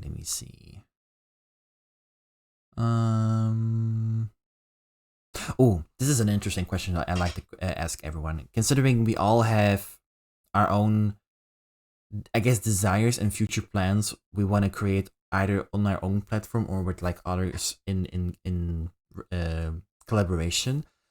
But let's say, well, yeah, we talked about it a bit, but let's say money was no object and you could literally reach out to anyone. Like they say, you ask and they say yes, like guaranteed. so like a genie scenario. A genie, exactly. What would you say your dream project or collab would look like in the future? Oh man. I used to know the answer to this question and I don't dislike it, but like so everyone, and this is just I'm gonna say this in plain text here. Everyone has a favorite person. They get into VTubing and they have somebody who they look up to.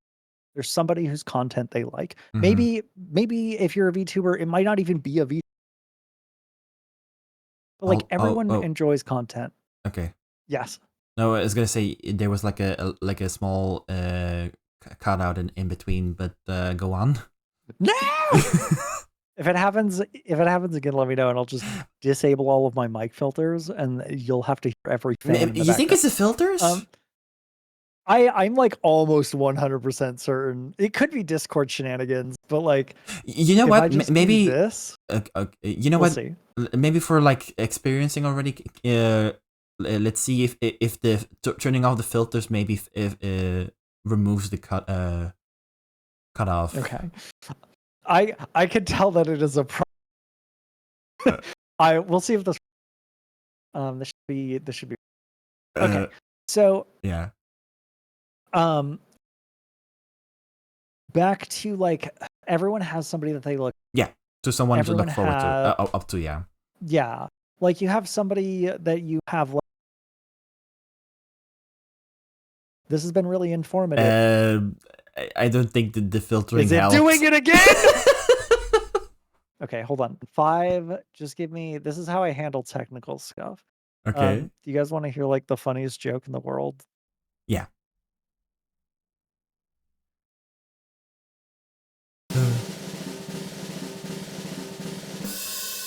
I bet his. I All bet right, he's did that thinking work? about Did other you guys hear LLMs. me? I Have need to work on Magic. Magic. Hoot! Is this better? What is better? Sorry, I was. Am I better? Am I still cutting in and out? It should. I don't. You know what? We'll keep talking, and if there is still. Okay. Got it. Okay. It happens rare enough that you can't tell by me doing test 1, 2, 3, 4, but it happens in long enough sentences where I'll have to keep talking. I understand. I'm narrowing down. Okay.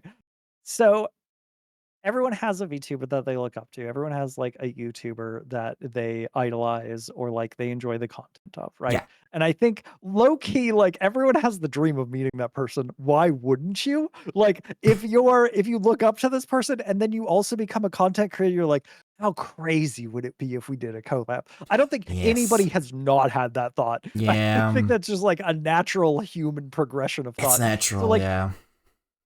so like there is a piece of me that's like, I could do that. And then I don't know, there was like a point when like I was watching them and I'm like, I like them because like the way they interact with people. And I'm like, I don't need to interact with them necessarily to like, I don't know, feel fulfilled or like anything. Don't get me wrong. They invited me 100%. Yeah. Or if like I knew they would like accept the invite, I'd be on it. Don't get me wrong on this. But like, there's also a part of me that like was like, it's okay if like they spent so much time and effort to make the thing that they have made. And I think that inspiration is enough for me to not have to interact with them to check that box off my bucket list, Yeah. if that makes sense. Yeah. Like I definitely. wouldn't die with regrets if I never met this person, but at the same time, yeah, I'd take an invite. I'd show up. Okay, follow-up question. I know you haven't really explained like what kind of a collab project, but to follow up that, can you maybe say who? So and this is silly because like people have like, I don't know, when people mention like their favorite movie or their favorite actor or their favorite actress, it's always like somebody who's like very, very well known in the space. Like they're like, oh, Iron Man. You're like, yeah, that makes sense. They're a great person. They're wonderful in all regards. Wonderful. My Shanna's boy Kion. my boyfriend, it's Shauna's boyfriend. Actually. There you go. Yeah, the person I've been looking up to. He's not a VTuber. He's just like a regular dude. But I really appreciate that regular dude. I just sometimes going to the grocery store is a little bit too scary, and I don't want to talk to the cashier, and I fear small talk like the plague. So just idolizing a normal dude is kind of like where I'm at, which is it's not entirely false. But no, the person that I look up to is Drumsy. I think just because I really like their content. I like the comedy that they do. They do like improv and make it seem seamless. They're also like just kind of generally a really nice person. And like that's it. I don't have any like a big person, and they aren't even a VTuber, by the way. they do VRC. They do VRC stuff, which is like I like them for the content they produce, not on the medium in which it is produced. I guess if that makes sense. Yeah, it does. What about you, Ollie? What about you? You're not getting away scot-free. Oh, Who's your favorite? like the favorite, or You have to pick a favorite. You have to pick a favorite child right now in front of everyone. okay. You know, I'm not gonna play it safe. Is Zikos still in chat? Do you want to see if Zikos is still in chat before you answer? No. Listen. I'm gonna be fair. It's kind of related to what you said, that that there is like someone, or like a VTuber in this case, you look up to. Mhm. So in my case, that would automatically mean have, like, I guess, a collaboration with Amelie. Okay, yeah. Mm-hmm. Because I feel like Amelie's great. yeah, that's one of the reasons. Well, the thing with what I said with my lore earlier, her quirkiness is like, I feel so relatable. Like I feel seen. Like her quirkiness, I feel like our Yeah. quirkness would like match so much. Like I mean I could be wrong, but Mhm. I feel like that would be like a really fun time. And of course, with that first interaction, you can only do, I guess, even better. And then who knows? It's kind of like what was it? Zico said, like, create a great relationship, and who knows? Yeah. Amelie is great at being unapologetically themselves, which is like the Yes. best trait that I can think of for a person for the most part. Obviously, if you're like a bad person, maybe be a little bit apologetic about yourself. Yeah. Like for the most part, Mhm. like if you're just chilling, just like yourself and be cool. I think Amelie's a good impression of that. I listened and sang along to like a lot of Amelie songs when like because Mm, like she does like a lot of translations of songs yeah. like from the Japanese counterpart, and sometimes those are the only like I cannot learning an entire song in Japanese is really cool at that right.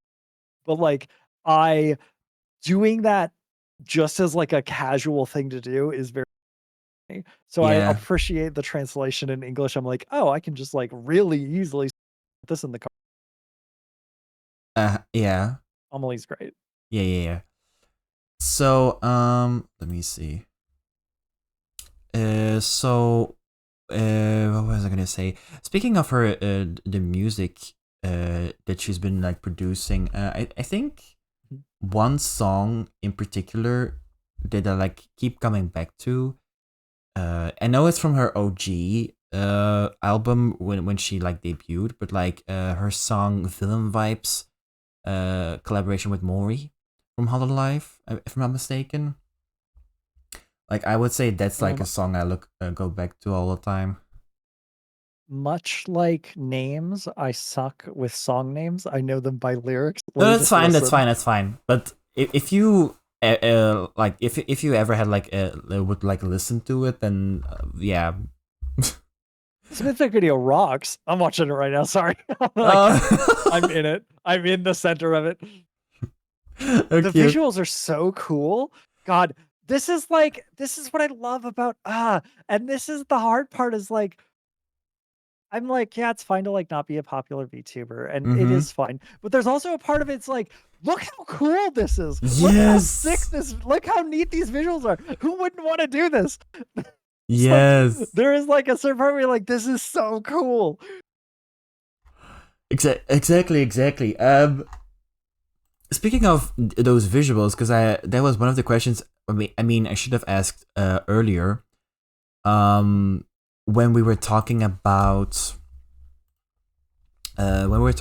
your I guess music video for your song "Content on the Demand." I mean, those visuals as well. Like, I'm glad you like them. I wasn't even sure. I don't know. It's like one of those things as a creative, like if you put something out there, you're like, I don't know if anyone's even gonna notice like the small details. dude, are you I kidding me? appreciate that. There is like so Ollie is talking about in the music video and there's like a lot of imagery that's like really I don't know the way to describe it. It doesn't like hold back in any way, Mm-hmm. I would say. Like it's very I don't know, it's a very emotional song. It's something that I like feel pretty heavy about. So like I wanted the graphics to kind of match that and bless Hoot. Hoot is the person who did all the video. Um but like I was pulling from a lot of like stuff. So like Otto is like one of the people that I idolize from like a singing perspective. Yes. Um and they are really unapologetic about the way that they feel about certain things in like their music videos. And don't get me wrong, I know there is like a line that can be crossed where you're like, this is like maybe a little bit like off kilter. Like we get it. It's not like that bad. Like, don't cheer up, kiddo. Like, don't be so sad and melancholy about it. Which like I also get. Don't get me wrong. You should not waste your time being sad. You should listen to like music and anger. I'm all about not holding on to a hot, cold throat at someone else or whatever. But like there's also something to be said about like those things are real, like those things suck, and they need to be like it's okay to call them out too. Like I wanted something somewhere in between. So like the visuals are like very intense. They're very emotional. There's a lot of emotion that goes into them. It's not Yeah, just like yeah, they're yeah. cut out like kind of floating there. They're very dynamic pose. Okay, nice. Except for Yeah. Megid, who I could only do so much with. Yeah.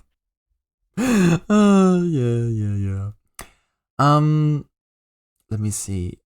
Kind of speaking in general when it comes to the VTubing space, we know in general it has been since it first got introduced, it has grown. Well, it definitely has grown a lot till this day.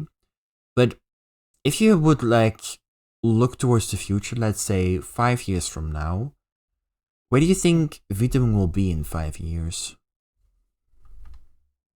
I think it will be very much of the same thing. I think generally things will get more complex. I don't know. The way that humans work is things get harder and harder to achieve, and people achieve more and more every single year. So like I feel like we're just going to see an evolution of that. Um I don't think there's any specifics to be said in that, but like I am excited to see like what everyone has going in 5 years. Like Yeah. right now, I don't know, making like an AI companion streamer is pretty prohibitive from a technological standpoint. Can I To a be degree, honest? I there's don't. already people. Yeah, I don't think there's. Yeah, go. I find it hard to believe there are other. I mean, I could be wrong. There are literally hundreds of thousands of VTubers out there, but there are like a very few that I can imagine that do this like AI assistant thing along them, and even brand it as well to their like VTuber persona. So yeah, it's definitely something Yeah, unique. I will say. There is like I know at least like 2 dozen people that do that like across the world because like I've Yeah. been like kind of like tracking the space and like just trying to see like you look at other people you're like hey like what have you done what do Yeah. we do like workshop things and then like there's also there are very, very few that try to do that organically, and in more of like a creative sense. And that kind of makes me a little bit sad because there is like, I don't know, some people do just like put a prompt into ChatGPT and they're like, hey, I Yeah. made a AI companion. And you're like, that's fine.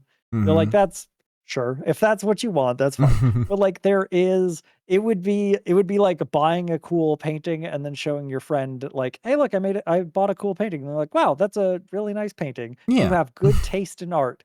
But it's different than meeting the artist. It's different than like actually designing something from scratch and putting every bit of your fiber into it. Um, but like, yeah, I know that like in 5 years time, there's already people who've like really lowered the bar to entry for, like, the AI VTubing stuff, so I could probably see that catching on a little bit more. Maybe not for, like, full shows and stuff, right? Like, I think at that point, you need to put a lot more work into that Yeah. AI, but, like, in the terms of, like, maybe, like, conversational pets or, like, things of that nature, like, maybe chat can ask their, like, little minion or their mascot something, like, I have been most of the people that I know in the VTubing community now came to me, they're like, "Hey, Zilly, well, AI can that seems really neat. Could I use something like that for my, like, little AI companion?" I'm like, "You could. You're gonna need it's not gonna be easy." No, Like, not. there's a It's way. not. Like, you could there is easy ways to do it, and there's, like, apps like Pog and other things out there that are really good at, like, um, that sort of simplicity, and I think those do really well in that space, but there is, like, a certain complexity that comes inherent with it at some point. I just think that bar to entry is gonna lower. Um, yeah, I mean, outside of that, I don't see VTubing changing, like, too much. Maybe like new platforms come into play or whatever, but it's going to be the same old. You're streaming live, you're posting videos, you're making a community. Yeah. Yeah, I can see that. Yeah, I think the way I see it, I know there is already like a space for it when it comes to the 3D perspective of VTubing, especially with like performing like on those stages and all that stuff. I think considering the technology that probably will be in 5 years, you know what would be cool idea, and if my ideas get like used for like a bigger company without crediting me, well, we're gonna have an issue. But I imagine, like you say, with like the AI stuff, I do imagine in the future when we're talking about like holograms or like an AI assistant, we would have the option to have like an AI assistant to represent either maybe our own VTuber self with like, I don't know, uploading an image or whatever, or like say like, hey, I want like an AI assistant that is like Iron Mouse, or in this case, they don't have to sound like it, of course, but because that would be like creepy for them. But like, let's say they have like one standard voice, but like the design or like the character can look like Iron Mouse, you know? Yeah, I know kind of what you're talking about. Would this be like one of those like simplistic like chat companions where it's like it kind of mimics and is fed off of like Iron Mouse data and then like behaves kind of like them as a streamer, but is like legally distinct? Yeah. And like I think, man, I fear that is what will happen. I hope the human aspect of that isn't lost along the way, because like, I don't know, there's like think of Miku, for example, right? Like I like using Miku as like a real example for like this sort of stuff, because like she was virtual and there was no one singing the song. Like Miku from like Vocaloids, right? Oh, I thought you thought of someone else. Code Miko. Do you know that person as well? Oh, yes. No, sorry. I'm talking about Miku like the singer. Yeah. Okay. So like specifically like that's a good a good rendition of like, if you've ever played around with Vocaloid software, like you have to put a lot of time and effort into like making a song. And I don't think art should ever be easy. I don't know how to better describe that, as like art to me is the constant progression of challenges and becoming better. I think if you're not constantly challenge yourself like in an artistic field, then it becomes a problem. Maybe not a problem, but it means less. Yeah. I think is the correct terminology there. Is like it's not the same as if you put everything into it. And I think people realize that and notice that. I just hope that people don't forget that, because there's something to be said about people who actually put their heart and soul into something. And I would like to think that there's a reward for doing so. Of course. Definitely. That's kind of the mindset you always have. Like, if you work hard for it, you will be rewarded in the end. Yeah, it's the very cliche, like, you gotta work hard. Yes. It's like, and you're like, yeah, but I also just want, like, I don't know. When people say that to you, it's always convenient for them, and it's always inconvenient. You're always like, yeah, whatever, old man. Get out of my... I just want enough money to buy groceries. Leave me alone. You're gonna have to get a job. And you're like, I hate jobs. Oh, that's too damn bad. Yeah, normally it's not like the fun stuff. Like, no one's like, yeah, if you could, do everything that you do for fun, but none of it was hard or challenging, would you still enjoy it the same amount? And I think the answer is probably no. Oh, yeah. Also, quick reminder, we're already like 3.5 hours in already. Weirdly, surprisingly enough. So, usually it's like our 4-hour mark, so I would say 30 more minutes for today's episode. So if anyone in chat, or of course one of us, has like anything that I want to ask or like want to talk about or whatever, they can do so. Okay, Shana. I did see, Shana, that you had a question earlier, so let me go back to that one if that's the one you mentioned. But Shana did ask earlier, but what kind of Yes. content do you want to, wait, let me see. What kind of Content do I want to create, right? Something like that. Yeah. Um, man, that's such a good question. I want to create content that is fun for people to watch. Um, Okay. I have spent a good portion of my life doing instructionals, so I Mhm. want to make sure that things are fun to watch. Yeah. Okay. Gotcha. Okay. So, okay, I get that that you would say like fun to watch, but I feel like, don't get me wrong, but that's a general, or like in a way sent That can be pretty it's general, a sure. generic to Yeah, say that you're to make right. You're right. so I have a very clear picture of what that means in my head. Yeah. Let me dump it out. You're right.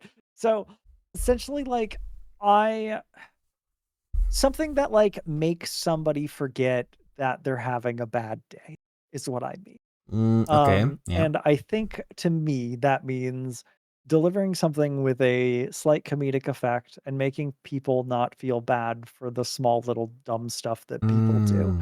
Okay. Um, I feel like there's a lot of room for misinterpretation and a lot of people who like lack confidence in things, and I just want them to feel a little bit more confident at the end of the day. Yeah. Okay. Nice. Well, there you go. Was that the only question you had, Shana, or or did you have another one, perhaps? That was so sweet. Yes, exactly. Let me see. Yes. What about hold on, Ollie? You don't get off scot-free. What kind of Dang it! content do you want to create?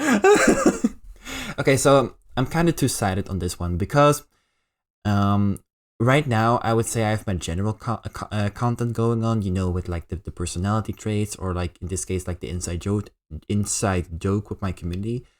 But there is still that artistic side of me that I want to explore, with like the 3D stuff that I talked about a couple of times with you and like other people, like, oh, I want to do like these like projects on my own, but also in collaboration with other people that are like all about like the 3D side of VTubing.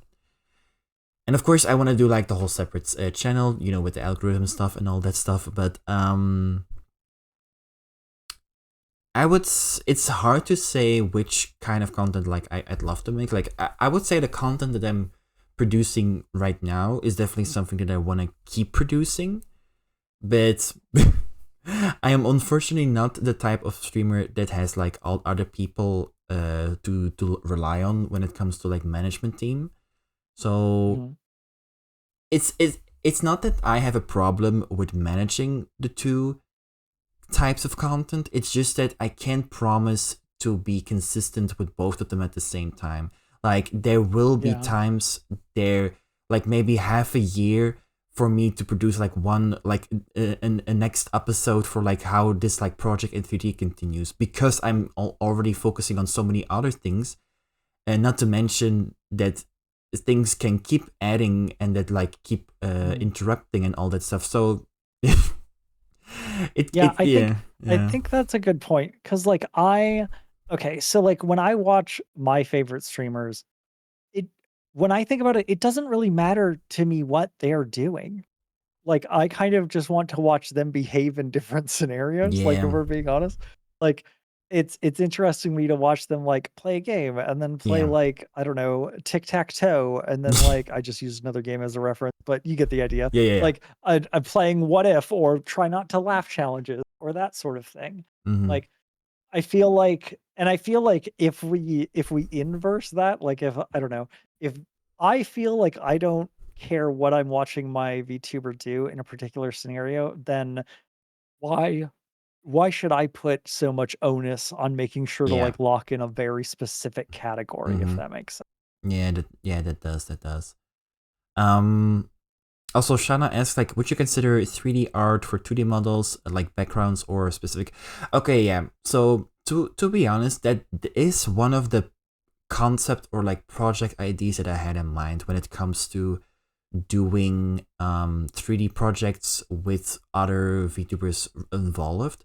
Because one of the things, and this is not like me saying like, oh, I'm doing commissions. Like, no, this is like a general project that I want to do. And considering the different types of profiles, or in this case, like VTubers that I know, I would love for them to get included with them, just to have like both, I guess, get recognized, but also in a way get this, I guess, this background for them to use, because it's like a credit or like a reference to me at the same time, if that makes sense. So Yeah. I kind of want to, I don't know if people were going to say like this is just like commissioning, like yes and no, but I don't want to see it as commissioning or asking like people like, hey, I'm open for commissions. Like, no, this is like a project that I generally want to do on my platform.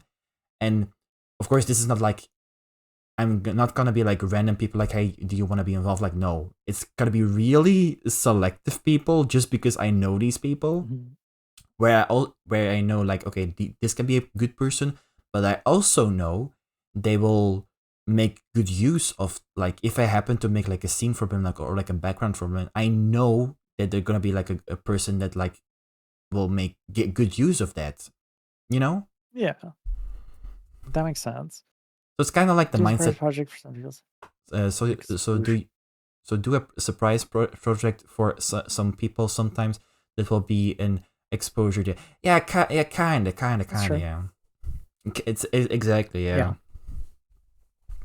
That also is just to check, Shauna, was your question the blending of 3D art with 2D models, or was it hiring someone who does 3D art to make a 2D? No, I think what Shana means, I think an example, our friend Fumi has like a 2D model, but he does his like main background, like for chatting, it happens to be 3D. So Oh, okay. So it's kind of like that, Yeah. that kind of mixture. So basically have a 2D model, but happen Yeah. to have like a 3D background, basically. I think you can make really cool things like with those two meshes, and I don't Mhm. think they're mutually exclusive. I always feel like this is like I took a bunch of like UX and UI design classes, and one design tip stuck with me throughout all of that, and that is just if it looks off, it is. Yeah. But that is to say, you can blend those two things, and I Yeah. think that's where like things look really cool. Like if you Also, get like yeah. maybe your like model cell shaded, and then you have like a 3D cell shaded background, like would look sick. That would go so hard. Also, Like yeah. there's like a lot of opportunity. Yeah, speaking of, I know it's unfortunately now only available for like one scene in your like catalog, but one of one of the softwares Zico talked about, Shoost, to create these really high quality like visuals with like coloring and lighting and all that stuff. Imagine creating that with like a 2D model, but also with like the 3D background. Like that's like next level, basically. I do hope, Yeah. when it comes to shoes, that they, because I did mention this to Z and he did say that they're gonna work on that. That you should be able on like future updates that you can apply shoes on multiple scenes. For in this case, there might be a chance that I can also add shoes for like the podcast scene, for example. That it will be more more aesthetics, but yeah. Let's see, and I bring a Yeah, feeling that's fair. of support. Speaking of aesthetics, you also I've been reading which is I like the lighting effect that you have currently that's Yeah. on. Mm-hmm. Like it's very subtle, and if you didn't notice it, that means it's probably better. But like there's like lighting on one side of Ollie and then shadow on the other. Me too. But like I don't know, it's little things like that that are like I love when I see that Yeah, sort of thing. It's so awesome. yeah, these are the, because this is a thing. I have currently shoes happening in like in my chat main hall, like chatting scene, general chatting scene. But like before I knew from shoes, I used to just do like the VFX setup in VTube Studio itself. Mhm.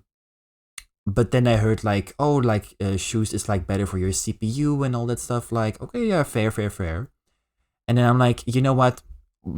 Add it, and then it could always be better. But I will say, for like the VFX you can do through VTube Studio itself, like, yeah, I would say it's pretty decent. Yeah. Yeah.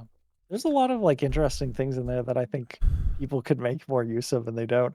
I saw somebody who had like it was like a camera pointed down into an elevator, and it was kind of the opposite of what Shauna was just talking about. It was a 2D background with a 3D Yeah. model. And the background was 2D, and it was like a security camera footage pointing down in the center of this elevator. And then it was the like model looking up at the camera with like a fisheye lens and like talking to Oh, the audience through the camera. It was so oh, cool. It oh, was so sick. man. I wish I remember their name, but it's really cool. I was like, that's so boss. Actually, I did see recently. I think it was look from like an agency, but they made this from a 2D model. They made this like really perspective VTuber design where it actually looked. You know those like side angle IRL streamers when it comes to like from like the camera pointing them towards them, like basically that kind of perspective, but on a 2D model. Interesting. So like a profile view? Kind of I like that, can't yeah. I can't turn that far, but you know what I mean. Yeah. Also, now my new question. Wait, let me go back a bit. Momo Clover has some 3D backgrounds on her 2D models, and she does some crazy funny. Yeah, exactly. Funny stuff. I was really considering that. Honestly, you know, can I be honest, Shana? Considering your aesthetic is all about. Okay, it does have like the dragon aesthetic, but when I first saw your model, I instantly was thinking about like a Japanese like room, or like from like a Japanese palace, like that, those Yeah, kind of I see rooms. that. But then imagine that in 3D for you.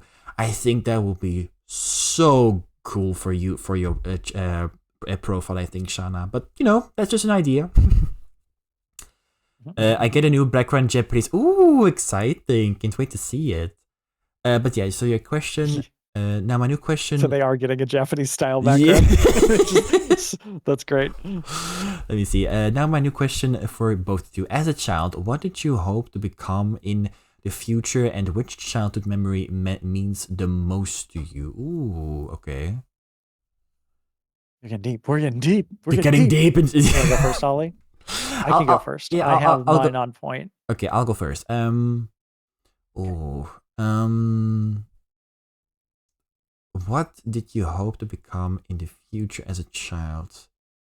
Um, the farthest that I can look back on would probably be I always dreamed or imagined that I would become an animator for Disney, like actual like the hand drawing animation. I think that this was like before the 3D era. Out. Yeah, exactly. But I will say, growing up, that interest of like specifically becoming an animator for Disney slowly turned more towards visual storytelling, or in this case, more towards like the art director or creative director, maybe for like a project. Yeah. Start having your own ideas, I see. Yeah, I definitely see that from like work experience and all of that. But I think these days, I'm fine with just the thought of working on a project under the name of Disney is more than enough for me. Like if it's happening through, I don't know, if it happens through VTubing, if it happens through like the company I'm working on or whatever, like if it happens like in that sort of thing, I'm good. Like that's like life goals. But yeah.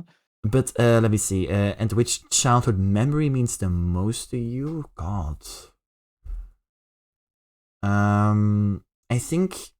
Well, I don't know if this like still counts as like a childhood memory, but I think what means the most to me is the fact that I never gave up on my interest in like the creativity and like in this case the drawing more. The fact that I like did like after school classes, the fact that I did stuff, or like I did all these studies or like courses in this case after I graduated from high school, like all that stuff, because I kept going in that niche because I know that's what I meant to do basically.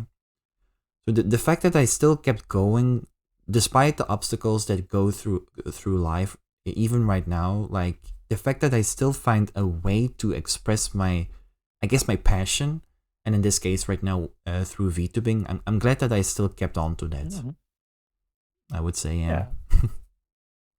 Do you find that you're able to exercise the kind of skills that you would plan for like You're like, hey, I want to work at Disney and I need to be able to do these things. It depends. You like exercise that It through okay. VTubing? Okay, that's one of the things where I think I fail at, because I did. Okay. No, hear me out. The thing is, I had the opportunity to talk to someone working over at Gameloft, like from like a game industry, and he, like many many students, he teaches us, or like he teached them, if you wanna like prove you wanna work over at a specific company or like a brand, create a profile or like a portfolio in this case that has like art in it, or like art pieces that are like in like the style of, like in this case, Disney. For example, if I want to make that makes sense. If I want to make an asset package of, like, let's say trees in 3D, like the first thing that has to come in mind is make 3 trees that like are ideal for, let's say, an animation episode, for like a Mickey Mouse episode, and then those trees are like handy, like, oh, we know this person can make those assets, and then it's kind of in that sense, and it made so much sense to me. But also the realization that even though I would say I have like my portfolio over the years, but it's more so a portfolio to showcase my skills, but also my interest in visual storytelling. So in this case, I don't have the portfolio to say like, okay, I'm able to be like, I don't know, a 3D artist for Disney or like any other company, which also, I guess, lends to why my interest changed, or like goal changed, to be like more a general opportunity to work something with Disney, rather than being like, oh, like a specific kind of function, like job application or whatever. Mm-hmm. So it's kind of like that right now for me. Okay. I have a question. Did you always want to be an animator, like growing up? Were you like, I want to work for Disney, and that was like your childhood dream, and then also your adult dream and everything in between? Not always, no. I think why I fell in love with the animation is, I guess it was more so the way how you can express like characters, or like, I guess, that feeling you want to create with your with your audience.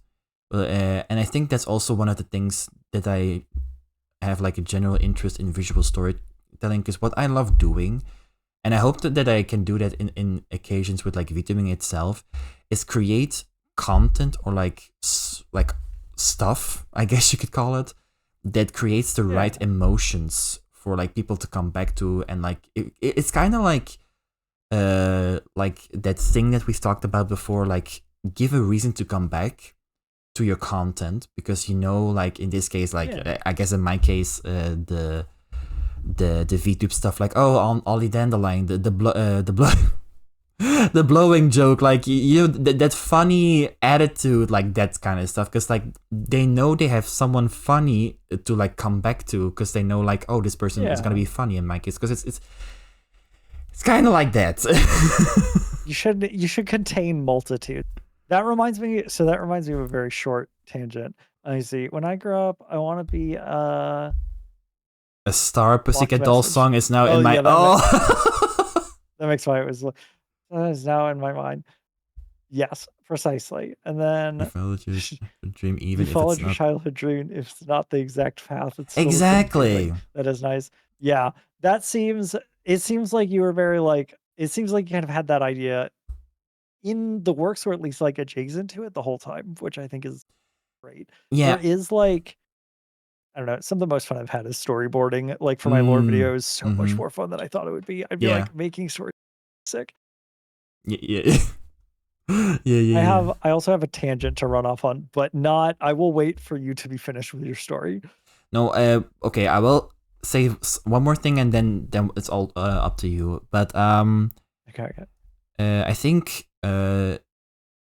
something that I do mention a couple of times is that, okay, Disney has a lot of things, but one of the main reasons why I'm so passionate about this is basically the person who created it all.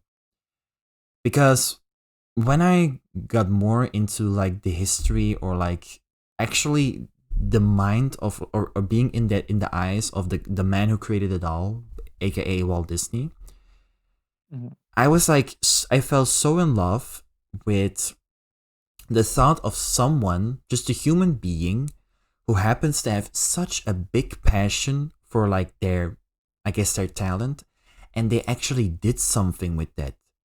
And they didn't realize this before, no matter like the lifestyle or whatever. They never attempted or like I guess realized that they would create, in this case, an empire that would be remembered for decades to come.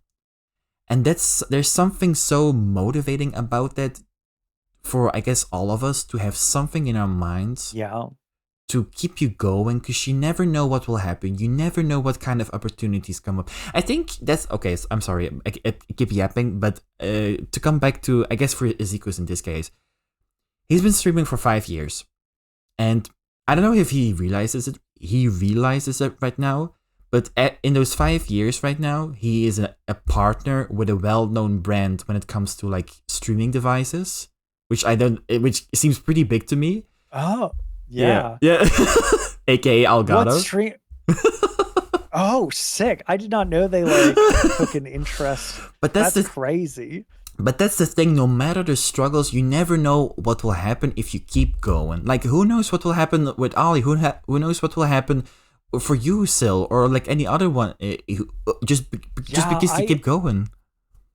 To like add on to that, when I made VTS face to face, I was like, 4 people are gonna. Yeah, that's like also a this good thing. example. And then like I made it, I released it, and then like so many people came back, and I was like, oh my god, what have I done? Like, but it's like one of those things where it's like, I fully had no one. I'm sure there's somebody. Most people aren't like, I want to be famous. I'm going to become famous, and then they do famous. Mm-hmm. I feel like most people are just kind of like mucking around and like doing stuff, and they're like, oh, people like that. Hold on. I found something. Yeah. Hold on. Exactly. But yeah, that's There's no way I'm getting an AI company sponsored. They're gonna be like, you made your own AI from scratch, and this is like, I don't know about this, chief. I feel like big AI companies are like pretty skeezy. They're gonna be like, what does Megid like make for people? And I'm like, yeah. she's funny sometimes, and they'll be like, yeah, but does she like print money? And I'm like, no. And they're like, okay, well, goodbye.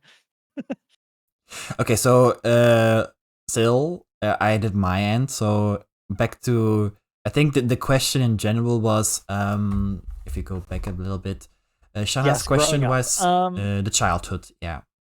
So I initially wanted to be something very cliche. I Mm-hmm. think initially it was astronaut, and then it changed to archaeologist because I was really into dinosaurs as a kid. Ooh, And I was okay. like, yeah, dinosaurs is definitely what I'm gonna do when I grow up.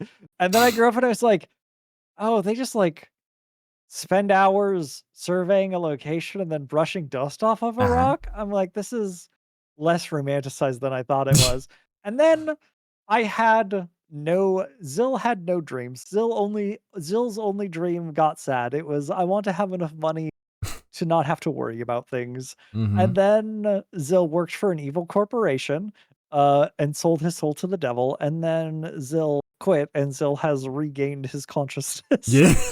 Like, I've my dream right now is just to inspire others. I feel like if I was to say like my current daydream, I just want people to like, I don't know how to better describe outside of like, the only thing stopping you from doing the things that you want is just actually doing those things. And you have Mm-hmm. to try to not think about numbers too much. Oh no, that's also one of the things that probably people get like demotivated because of numbers. Yeah. You can't Yeah, say I it hate that enough. so much. Yeah. But what about you, like the childhood memory that like means a lot to you? The childhood memory that means a lot to me is I have an uncle who is no longer with us. It's fine. You can Mm. say it's been years. I'm just gonna put that out. Yeah, You don't have to. You don't have to put. I'm sorry in chat or oh, it's so sad. I'm like over it at this point. They're really cool. They're awesome. I'm glad I have memories. Yeah. They, no joke, and this is going to sound insane. This is going to sound wild to you guys. He has talked. He's a painter. He's an artist. He has done murals for his entire life, and he does like a bunch of he did a bunch of very like weird abstract like oil art and stuff. He was very creative. He looked like Hagrid from Harry Potter. If you can imagine what that person is and what they would sound like and the words that they would say, that's just this dude. And he went and trained under Picasso for a small amount of time. His story, and I don't know how true this is, because obviously I have no way to like verify. Yeah. But his story is that he went like, and he traveled like Europe all over the time. So like, it's not entirely like out of the realm of possibilities. And he used to like trade artwork for like lodging and stuff. Like he was like a really weird and dude. Yeah. So like his story is he went to Picasso's like house every single day and knocked on Picasso's door, and Picasso's like maid would answer and be like, "Hey, like, what are you doing here?" And he'd be like, "I'm here to see Picasso. I want to learn how to paint." And the maid is like, "Picasso doesn't just see people leave." Which is how you might expect that story to go. Yeah. He came back every day for like a month plus and would ask the same thing. And finally, like, he like had conversations with the maid. Like he ended up like becoming like semi friends with the maid. And then like they were talking and like the maid's like, "Hey, Picasso just doesn't like teach people how to paint. Like it's not, he's like at this point, I don't know if you guys know this, Picasso was alive up until like 40 years ago. Like it's not like 40, 50 years ago. Like it's not like a crazy out. Like I thought Picasso was like an old style Renaissance painter, like 1800s, 1700s. He's like late 1900s. Really? Like is where Picasso, yeah, like go look up like when did Picasso die? It's like 1970 something. And I thought like initially when I was a kid, I was like, that story's so fake. Like obviously Picasso. Can I be honest? I was like, yeah. I honestly thought the same. Like, surely Picasso is like from like early 14th century or whatever. Yeah, and you're like, this story has no weight immediately. That's what I thought too. And then I like looked it up and I was like, hold on a second. Wait, what? I was like, what do you mean? What do you mean Picasso like died at the age of like how old my parents are like right now? What are you are you telling me there's an overlap of people who are alive today and people who were alive when Picasso was alive? That's crazy. Oh wow. So like eventually he like came back and the maid was like, "Yeah, Picasso doesn't teach people to paint." And he was like, "What are you talking about? Picasso teaches people to paint every single time he picks up a paintbrush." And like my uncle was like a perfectionist. Like he would like analyze like brush strokes. He would like take out like images of Picasso and like you learn to paint like Picasso by paying really close attention to Picasso. And like he would like go out and like mix his own paints and dyes out of like clay and stuff. He was like I said, he was like a weird dude, and I appreciate him. That story always sticks with me because it's like it's just so insane and wild and has like nice little story beats, and it even has like a moral story to it. Yeah. And I'm like, that's a good story. I like that story. Oh, that's great to hear. My mom was 10 at that age, but they were alive at the same time. You see what I mean? Exactly. Let me see. I think let me died in 1973. Yeah, like Chad is also like, I'm so glad like everyone that I've told the story to, they're like everyone has the same opinion. They're like, what do you mean Picasso was still alive like a while ago? And I'm like, you could have met somebody who was friends with Picasso today. Just a fact that exists in the world. Yeah. There was really fun info to know. Yeah, exactly. I think I'm full gonna. of fun facts. Exactly. Lots of technical and fun facts today here, chat. I think I'm gonna wrap up with one question from my side. Of course, if people in chat still have questions or you still, you can do so. But I say from my We got 7 end, minutes. We got to wrap it up.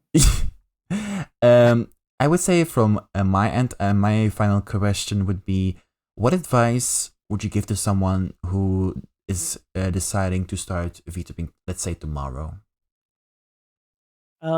If you take any advice out of this, and if you have not been paying attention to the last 4 hours that I've been talking, Ollie, do it. Just do it. Just do it. If you're thinking about just do it. Go get a default. I don't care. Go get a default model. It doesn't matter. You don't have to be entirely unique to do something great. You don't have to just like overthink everything. You don't have to dump a bunch of money into it. If you want to try it, just try it. You'll learn more than you'll ever by looking at it from afar. Just do it. Just do it. Get in there. Oh, Go live.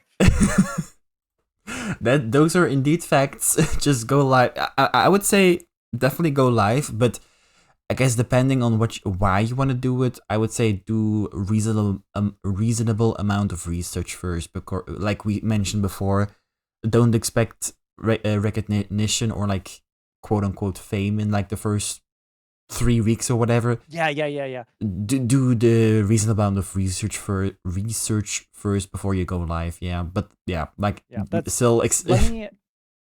Yeah, can I hold on? I want to rephrase after you said your thing. I want to rephrase my thing. Yeah. Can I rephrase my rant?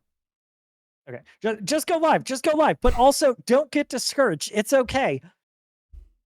I just wanted to add in that a little there. There you go. There you go. Well, I think this is like a good moment to wrap up our episodes today, Sil. I hope you had fun nonetheless. I hope that this was like a great experience for you nonetheless. Yeah, it was great. It was great to just kind of brain dump and go back and I appreciate it. Exactly. I do got think, a lot of yeah. got a lot of validation. Yeah. Yes. I will say I don't think we had like a chance before to like get one-on-one in general. Like usually it's been like going through collabs, I would say, but like it's nice that we have like an opportunity to like interact nonetheless, because I will say I do know more about you after today, I will say. How much so we have 5 minutes, and this is gonna be my last question, I promise. I send you TikTok reels for those that don't know. Yeah. I send Ollie unapologetically my algorithm TikTok reels. How much of me do you know just from the TikTok reels? Okay, first of all, I don't mind that he like shares like his TikToks. Like I guess it's like his humor or whatever you want to call it. But I mean, there are definitely funny ones out there. But I mean, I don't mind that you like send them just to express yourself more, I guess. But I mean, I don't mind them. My TikToks range, chat, just so you're aware, my TikToks range from encouraging TikToks, Yeah, I hope cute animal TikToks, okay, comedy TikToks, yeah. and then what I can only describe as abject horror TikToks. Yeah, I think the last example would be, those dinosaur costumes, IRL, and then there was like this one in particular TikTok with like a couple of people in like dinosaur costumes with like red high heels, for example. Like Yes, there was. I think it was a bunch of people dressed as Tyrannosaurus Rexes, like on a stripper pole. Yep. And then like going about the town, and like there was nothing like adult about it. I promise you. It was people in like the inflatable T-Rexes. It was so good. I loved every second of it. It's just the random stuff. My reels are crazy. There is some that I hold back from certain people who I think may not want to see something. But like there's some like really horrific thing. And by that I don't mean anything bad. It's just like weird. It's like if you've ever been to like the Nutter Butters TikTok, and like I get stuff like that naturally. And that's like it's like a bunch of weird creepypasta things. Yeah, but I'll just I do hope you don't mind, because I usually just like either respond once in a while or like usually respond with like emoji, but this is mainly because I don't generally use TikTok like you do. Yeah, that's so fair. I appreciate all of your comments. I do. Okay, that's good to hear. I do go through like Yeah, even if you don't send return material, I appreciate your Because I kind of presence feel in bad, the like he's TikTok doing all the chats. effort to sending all those texts. Like I'm just putting it on, reacting with like a laughing emoji. Like, I don't know. I'm like chronically online and I go through like, I don't know, 50, 60 TikTok reels a day. And I will like, Jesus. I'll be like, you say, geez, there's probably some people in chat being like, oh, Fair. like 60 to 100, crazy. I mean, Like, I and can, there's yeah. like, I have like a dedicated time at night that I go through them, and then I will like be like, this one's Ollie coded, and then I'll send it, or I'll be like, this one's Zico's coded, and I'll send it. Like I'm like that meme of like that alchemist like very precisely brewing a TikTok meme for their Yes. friends. 100 a day just to sing myself. Damn, that's crazy. I mean, to be fair, That makes sense. when it comes to doom scrolling, it's it would be YouTube on my side, but yeah.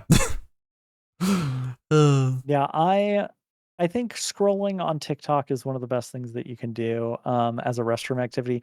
I, no joke, do coding. Oh I will my. remote into another computer and start coding things like a psychopath. Oh my god.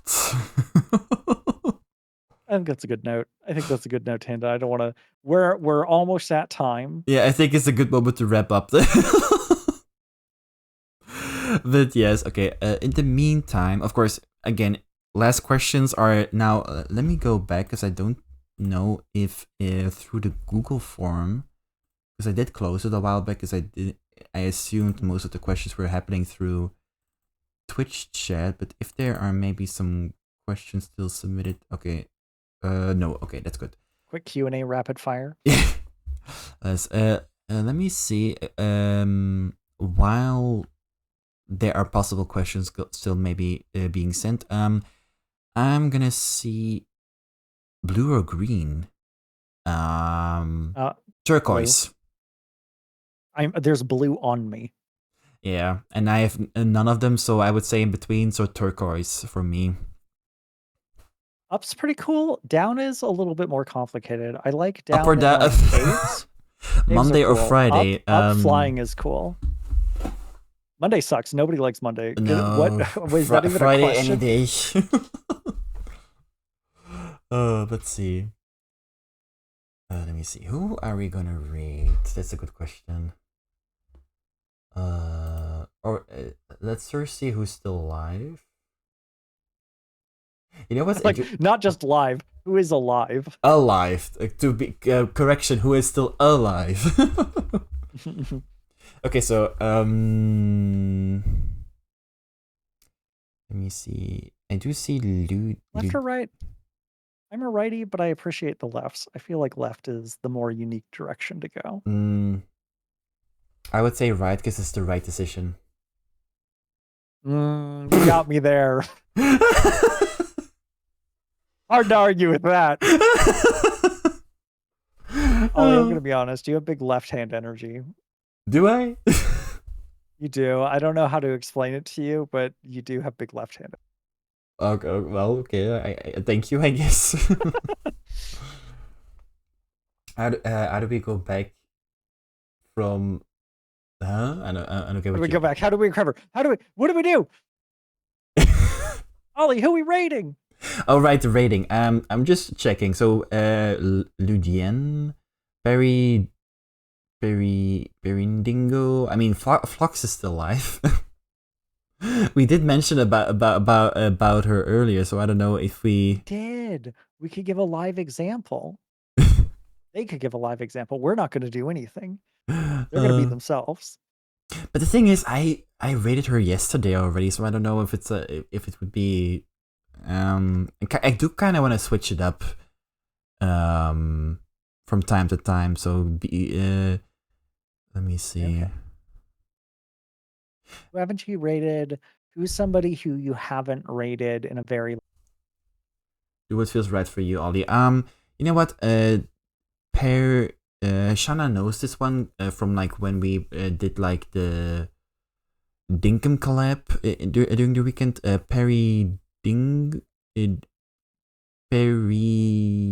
Perindigo. Okay, my dyslexic came through. I'm sorry. All right, it's all one word, and sometimes it's all lowercase to boot. Like, Yes, I appreciate you capitalizing the words in your name.